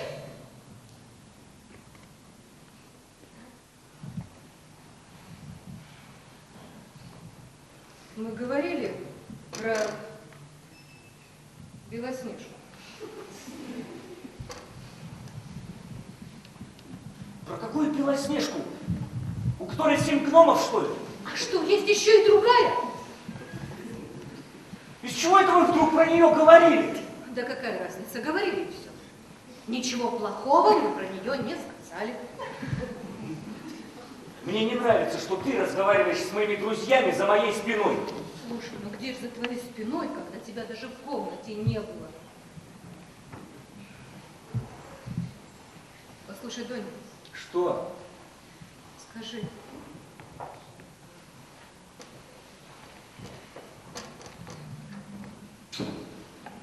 А вот Линда Флетчер, рядом с ней ты чувствовал уверенность в своих силах? Мама, ты прекрасно знаешь, что я чувствовал рядом с Линдой. Не говори глупости, а? Малыш, это не глупости, ты мне ответь. Рядом с ней ты верил в свои силы? Да, верил. А рядом со мной? Нет? А рядом с тобой я верил в твою помощь. Знаешь, мне казалось, из одного вытекает другое. Совсем не обязательно. А почему ты никогда не говорил, что не любишь, когда я зову тебя Доней? Да 1000 раз говорил. Слушай, если бы 1000 я бы, пожалуй, запомнила. Ну, значит, 999. А что вдруг все эти вопросы? Так, а почему тебе не нравится Донь? Потому что мне каждый раз вспоминается твой малыш Донни, победивший мрак. Что в этом плохого? Подумай.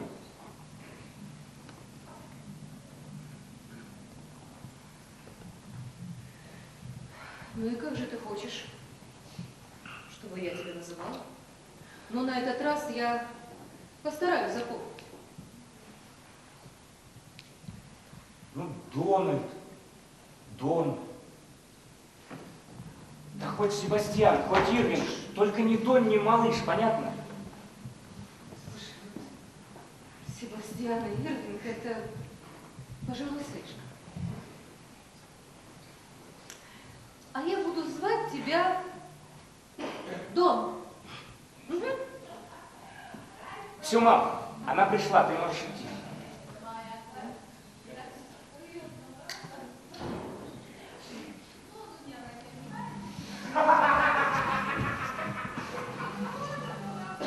Слушай, а там с ней мужчина. Перестань подслушивать под дверью. Знаешь, вот отсюда плохо слышно, но там мужчина. Может, это телевизор? Значит, она разговаривает с телевизором. Мама, я сказала, отойди оттуда. Хорошо. Хорошо. Я отошла.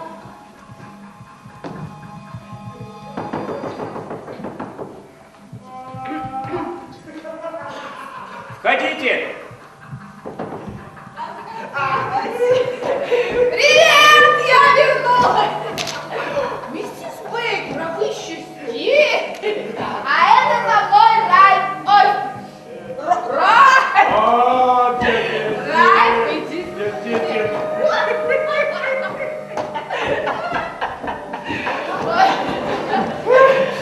Ральф, познакомься, это миссис Бейкер.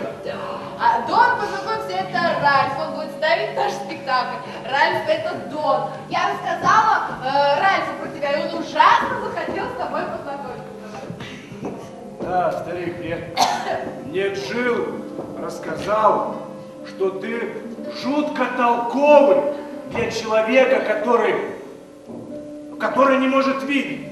Ты можешь сказать проще, Ральф, для слепого. Это слово входит в мой словарный запас. Точно! Мне Джилл так и сказала, что по этому поводу у тебя нет никаких комплексов, старик. Ральф, не надо кричать.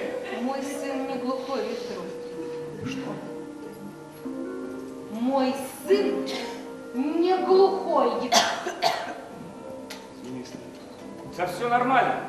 Многие почему-то думают, если человек не видит, так он еще и слышит плохо. Да он 100 раз лучше, чем мы с тобой слышим. Да. Ничего подобного. А обоняние у него, знаешь, что? О, А может быть, приготовить вам чего-нибудь? Ну, пока я не ушла. Ну, вообще, мы ужинали, ну, знаете, от чашки кофе я бы не отказался. Жил. А ведь вас ждали к ужину.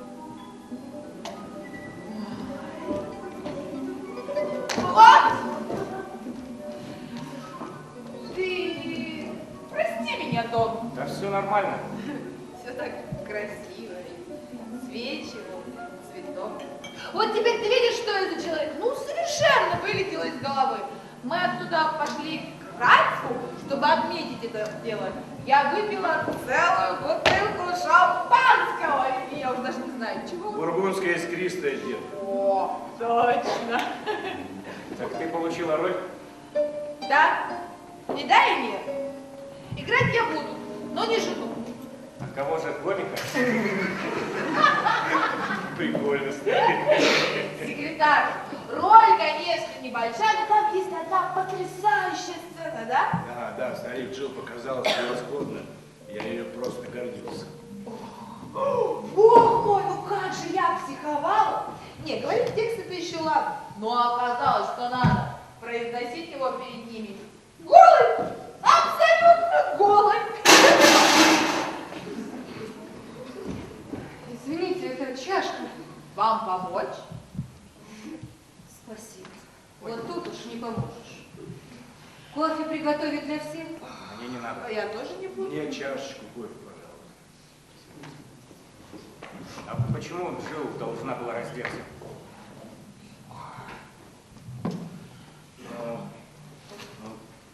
Видишь ли, старик, дело в том, что в этой пьесе очень много обнаженных мест. Мы должны были посмотреть исполнительницу в натуре.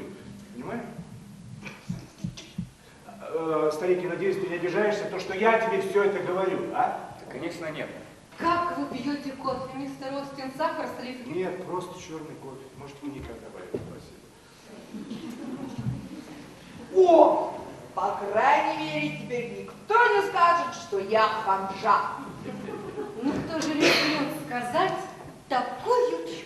Нет, да мне и самой сначала все это жутко не понравилось. Но потом смотрю, а там кроме меня стоят еще человек 40 или 50. И все абсолютно голые. Только я одна одета. Вот как бы вам было на моем месте, а? Ну, во всяком случае, тепло. Мы сидели близко. Я автор пьесы и продюсер. И когда увидели Джилл раздетой, то сразу поняли, что к главной роли она еще пока не готова. Скажите, мистер Остин, на вашей пьесе есть какой-нибудь сюжет?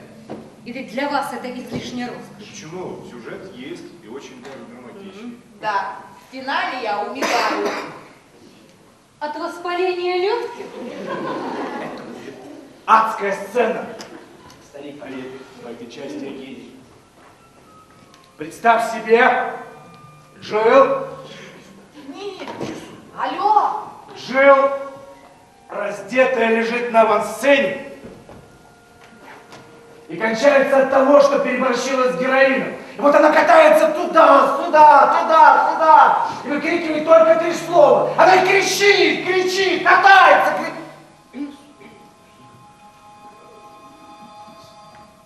Какие 3 слова, Ральф? А мог бы и не спрашивать. Ну, я не знаю, старик. Уместно ли эти слова произносить здесь? Простите? Да. Простите, вы что, намерены произносить на сцене выражения, которые нельзя произнести здесь? Да все нормально, Ральф, можешь сказать.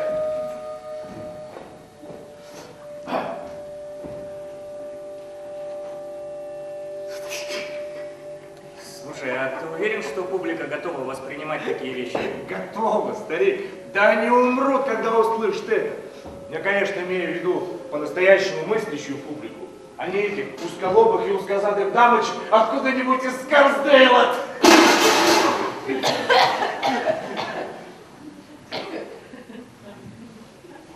А что, я что-то, кажется, не то сказал, да? А приятно, что хоть кажется. Ральф, миссис Бейкер живет в Скарсдейле. Нет, ну о присутствующих не говорят, это правило. Благодарю вас, мистер Остин. Но я вовсе не желаю быть исключением. И как называется эта ваша пьеса? Пьеса называется «Какая разница с кем?» Как? Какая разница с кем? Обязательно запомню, чтобы случайно не попасть. Ну, придется обойтись без поддержки Скарсдейла. Ну, во всяком случае, на одну узколобую и узкозадую дамочку можете не рассчитывать. Да смотрите, за свои собственные деньги на вульгарность, бездарность, идиотизм. Это наша жизнь, миссис Бейкер. А понос тоже наша жизнь, мистер Остин. Однако не думаю, что из него следует устраивать развлекательное зрелище. Ральф, а вдруг и правда полиция закроет наш спектакль? Ты с ума сошла, детка. Я тебе голову на отсечение даю, что он будет идти как минимум года 3, Да. а может и все 5. Если я звезду не делаю, детка. А вот это был бы кайф! Посмотрите, на каждом углу Джилл Теннер, Джилл Теннер, Джилл Теннер, Джилл Теннер. Ну да, Джилл Теннер. Бенсон-то это я по мужу, а выступать буду под своей фамилией Джилл Теннер. Так что вы уже запомните, а то вдруг я звездой сделаюсь, а вы не узнаете, где я это не перенесу. Ладно. Ладно, мне пора. Стил должен принести пьесу, он там сделал кое-какие пометки. Надо идти. Если ты не будешь долго собираться, я тебя подожду. Ты иди, я тебя догоню. Чуть-чуть. Ну, учти, у меня только один шкаф. Детка.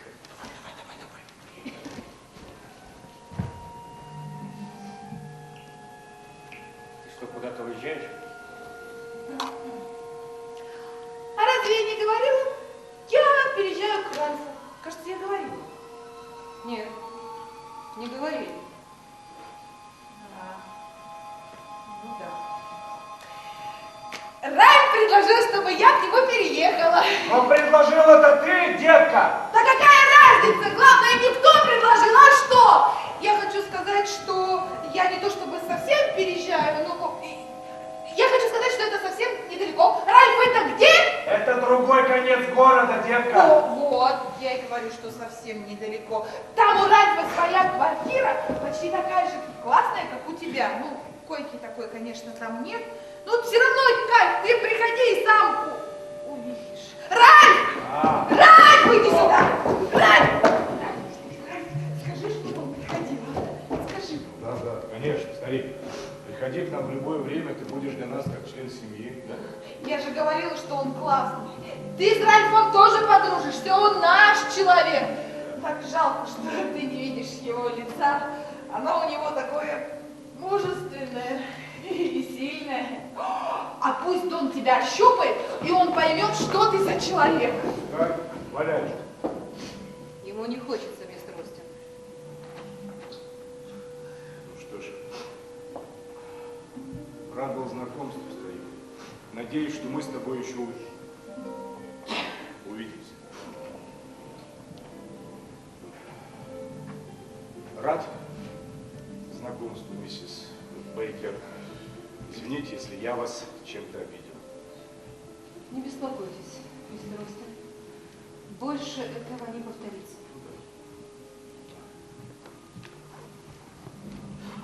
Детка,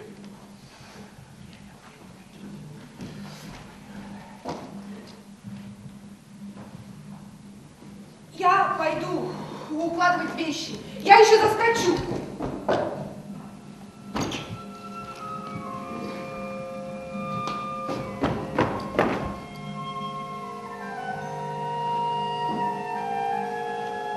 Мам! Мам, ты здесь?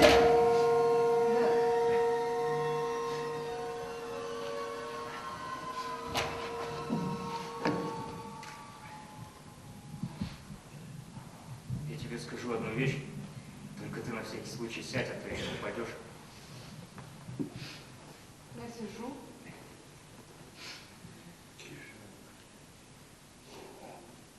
Я хочу домой. Ты сходи за машиной, а я соберу вещи. Ты меня слышишь? Слышу. Что ж ты молчишь? Знаешь,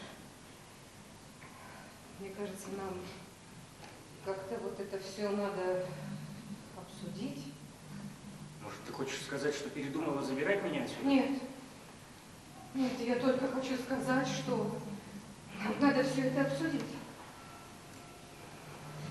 Но ты пойми меня правильно. Я как считала, что здесь у тебя ужасно, так и считаю, но жить-то здесь не мне, а тебе. А ведь ты так жаждал самостоятельности. Тебе так не терпелось.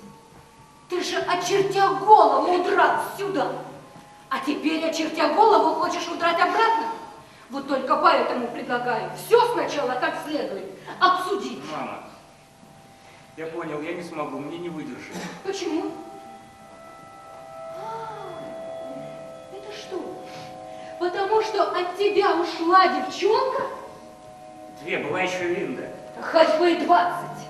По-твоему, от зрячих никогда не уходят. По-твоему, мне от этого легче? Во всяком случае, это не повод чувствовать себя жалким и униженным. Ты раньше себя не жалел и не начинаешь. Я считаю, что тебе надо оставаться здесь. Я не хочу, чтобы мой сын возвращался домой жалким и побежденным. Хватит, мама. Пойми ты, наконец. Я не твой маленький Донни. Я не победивший мрак. Я слабый и побежденный. Понятно тебе? Слабый и побежденный, и все. Кончено.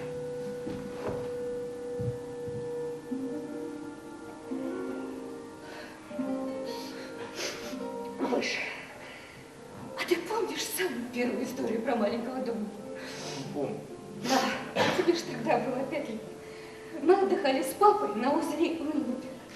И как-то папа взял тебя купаться. Ты первый раз оказался там, где не было дна. Как же ты испугался. Ты орал так, что было слабо слышно в Канаде.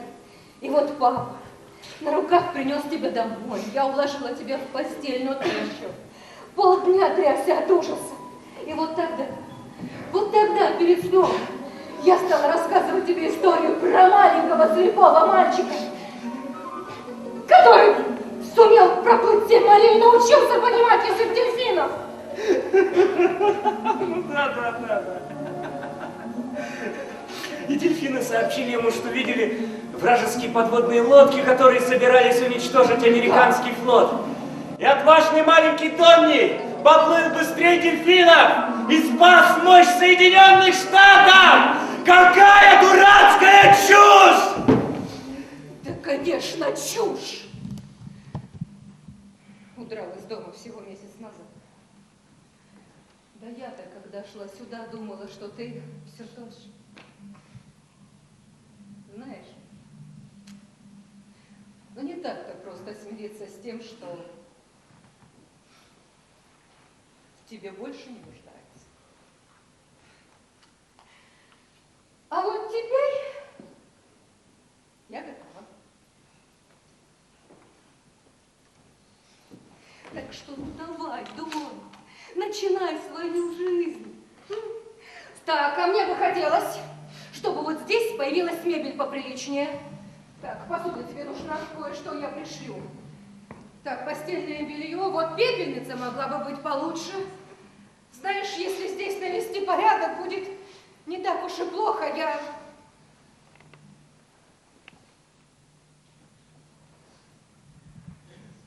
Хочешь, я тебе помогу?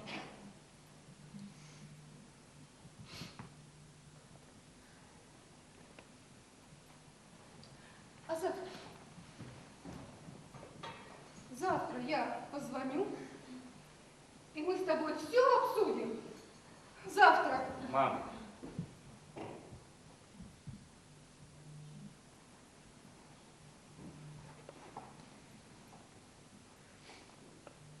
я рад, что ты пришла.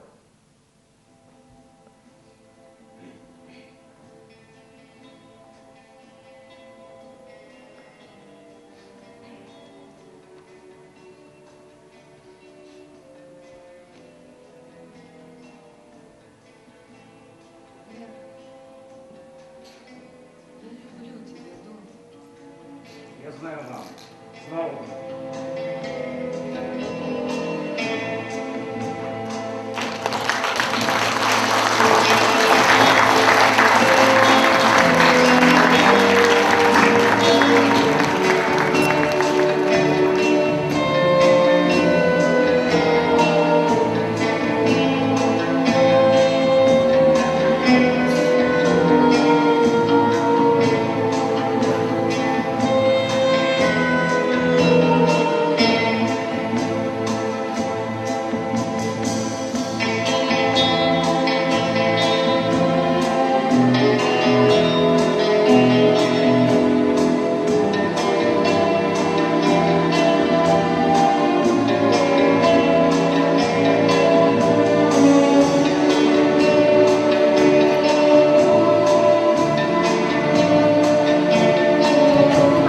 Эй, как дела?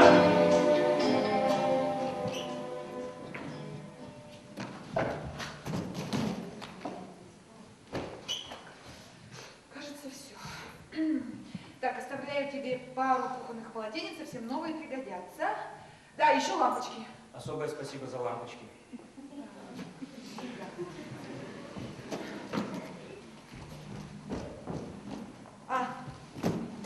Да, ключ. Я думаю, ему дверь нужно снова запереть. Сперва посмотрю, кто там поселится. Может, меня ждет нечто опальное. Ну, я тебе желаю. Ну, думаю, обойдемся без долгих прощальных сцен. Пока. Посидишь еще минутку? Знаешь, у меня принцип. Решил уходить, уходи сразу. Да я тоже так считаю. Просто собирался перекусить сэндвичи с жареным мясом. Не хочешь? У меня принцип. Решил уходить, уходи сразу.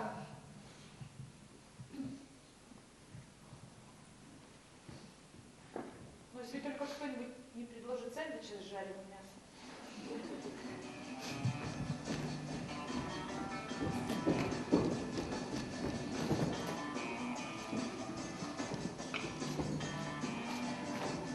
Ну и где же твоя мама? Уехала домой.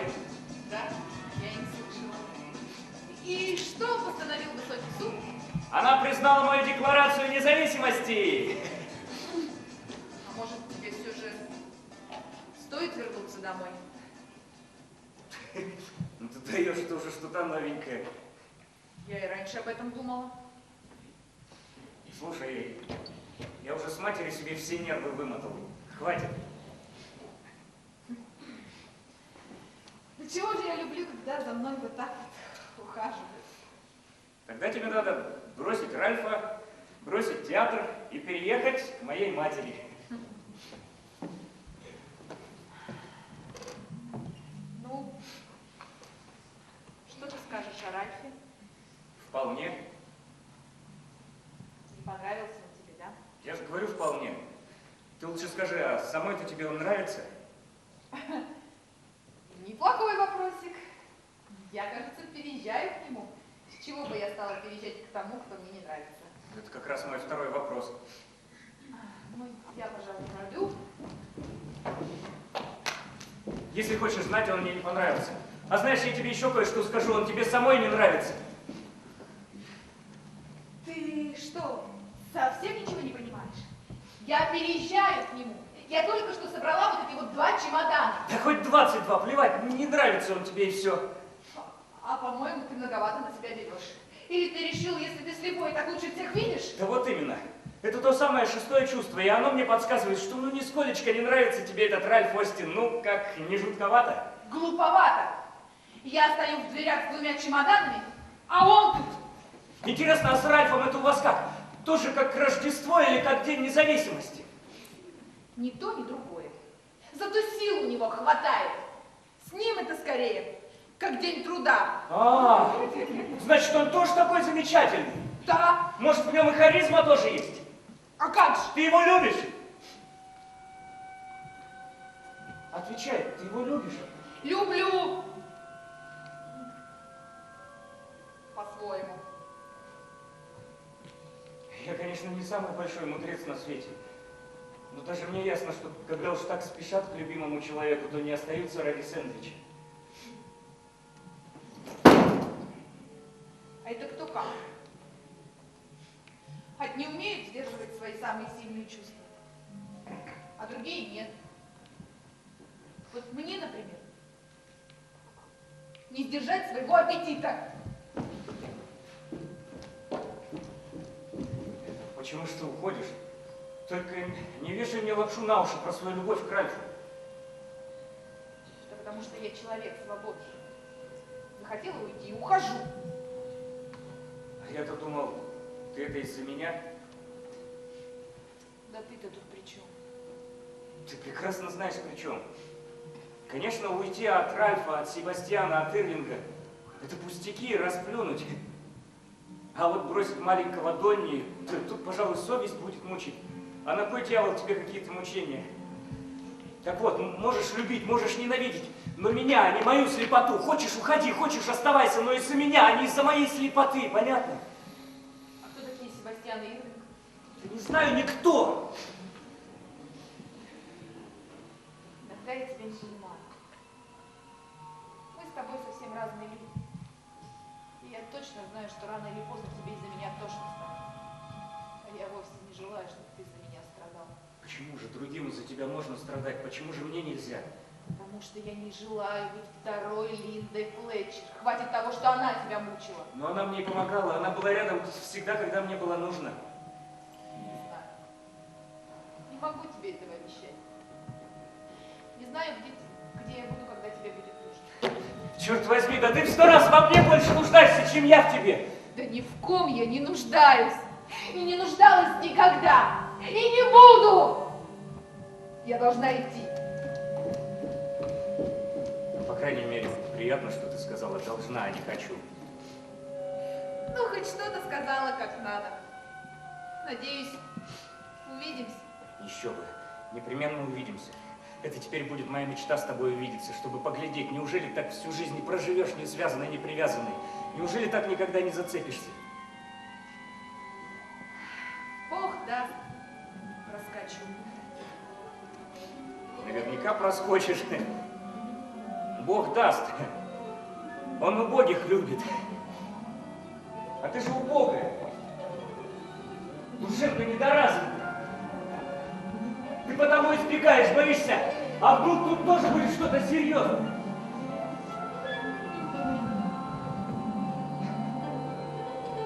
А серьезного тебе не потянуть. Кишка тонка, понятно, ты? Рудимент инфантилизма. Нет, не завидую я тебе. Быть таким калекой, как ты. Уж лучше таким, как я. Слепым. Понятно? Слепым!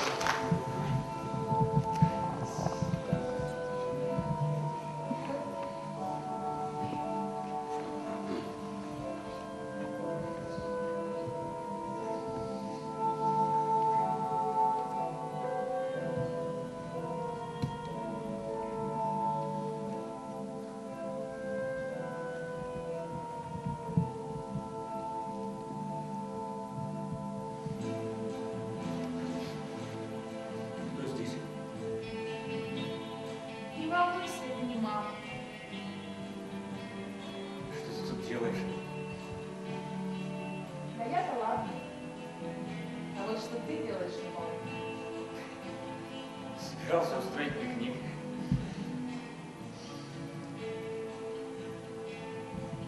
Дон, если ты только знал, как я хочу есть.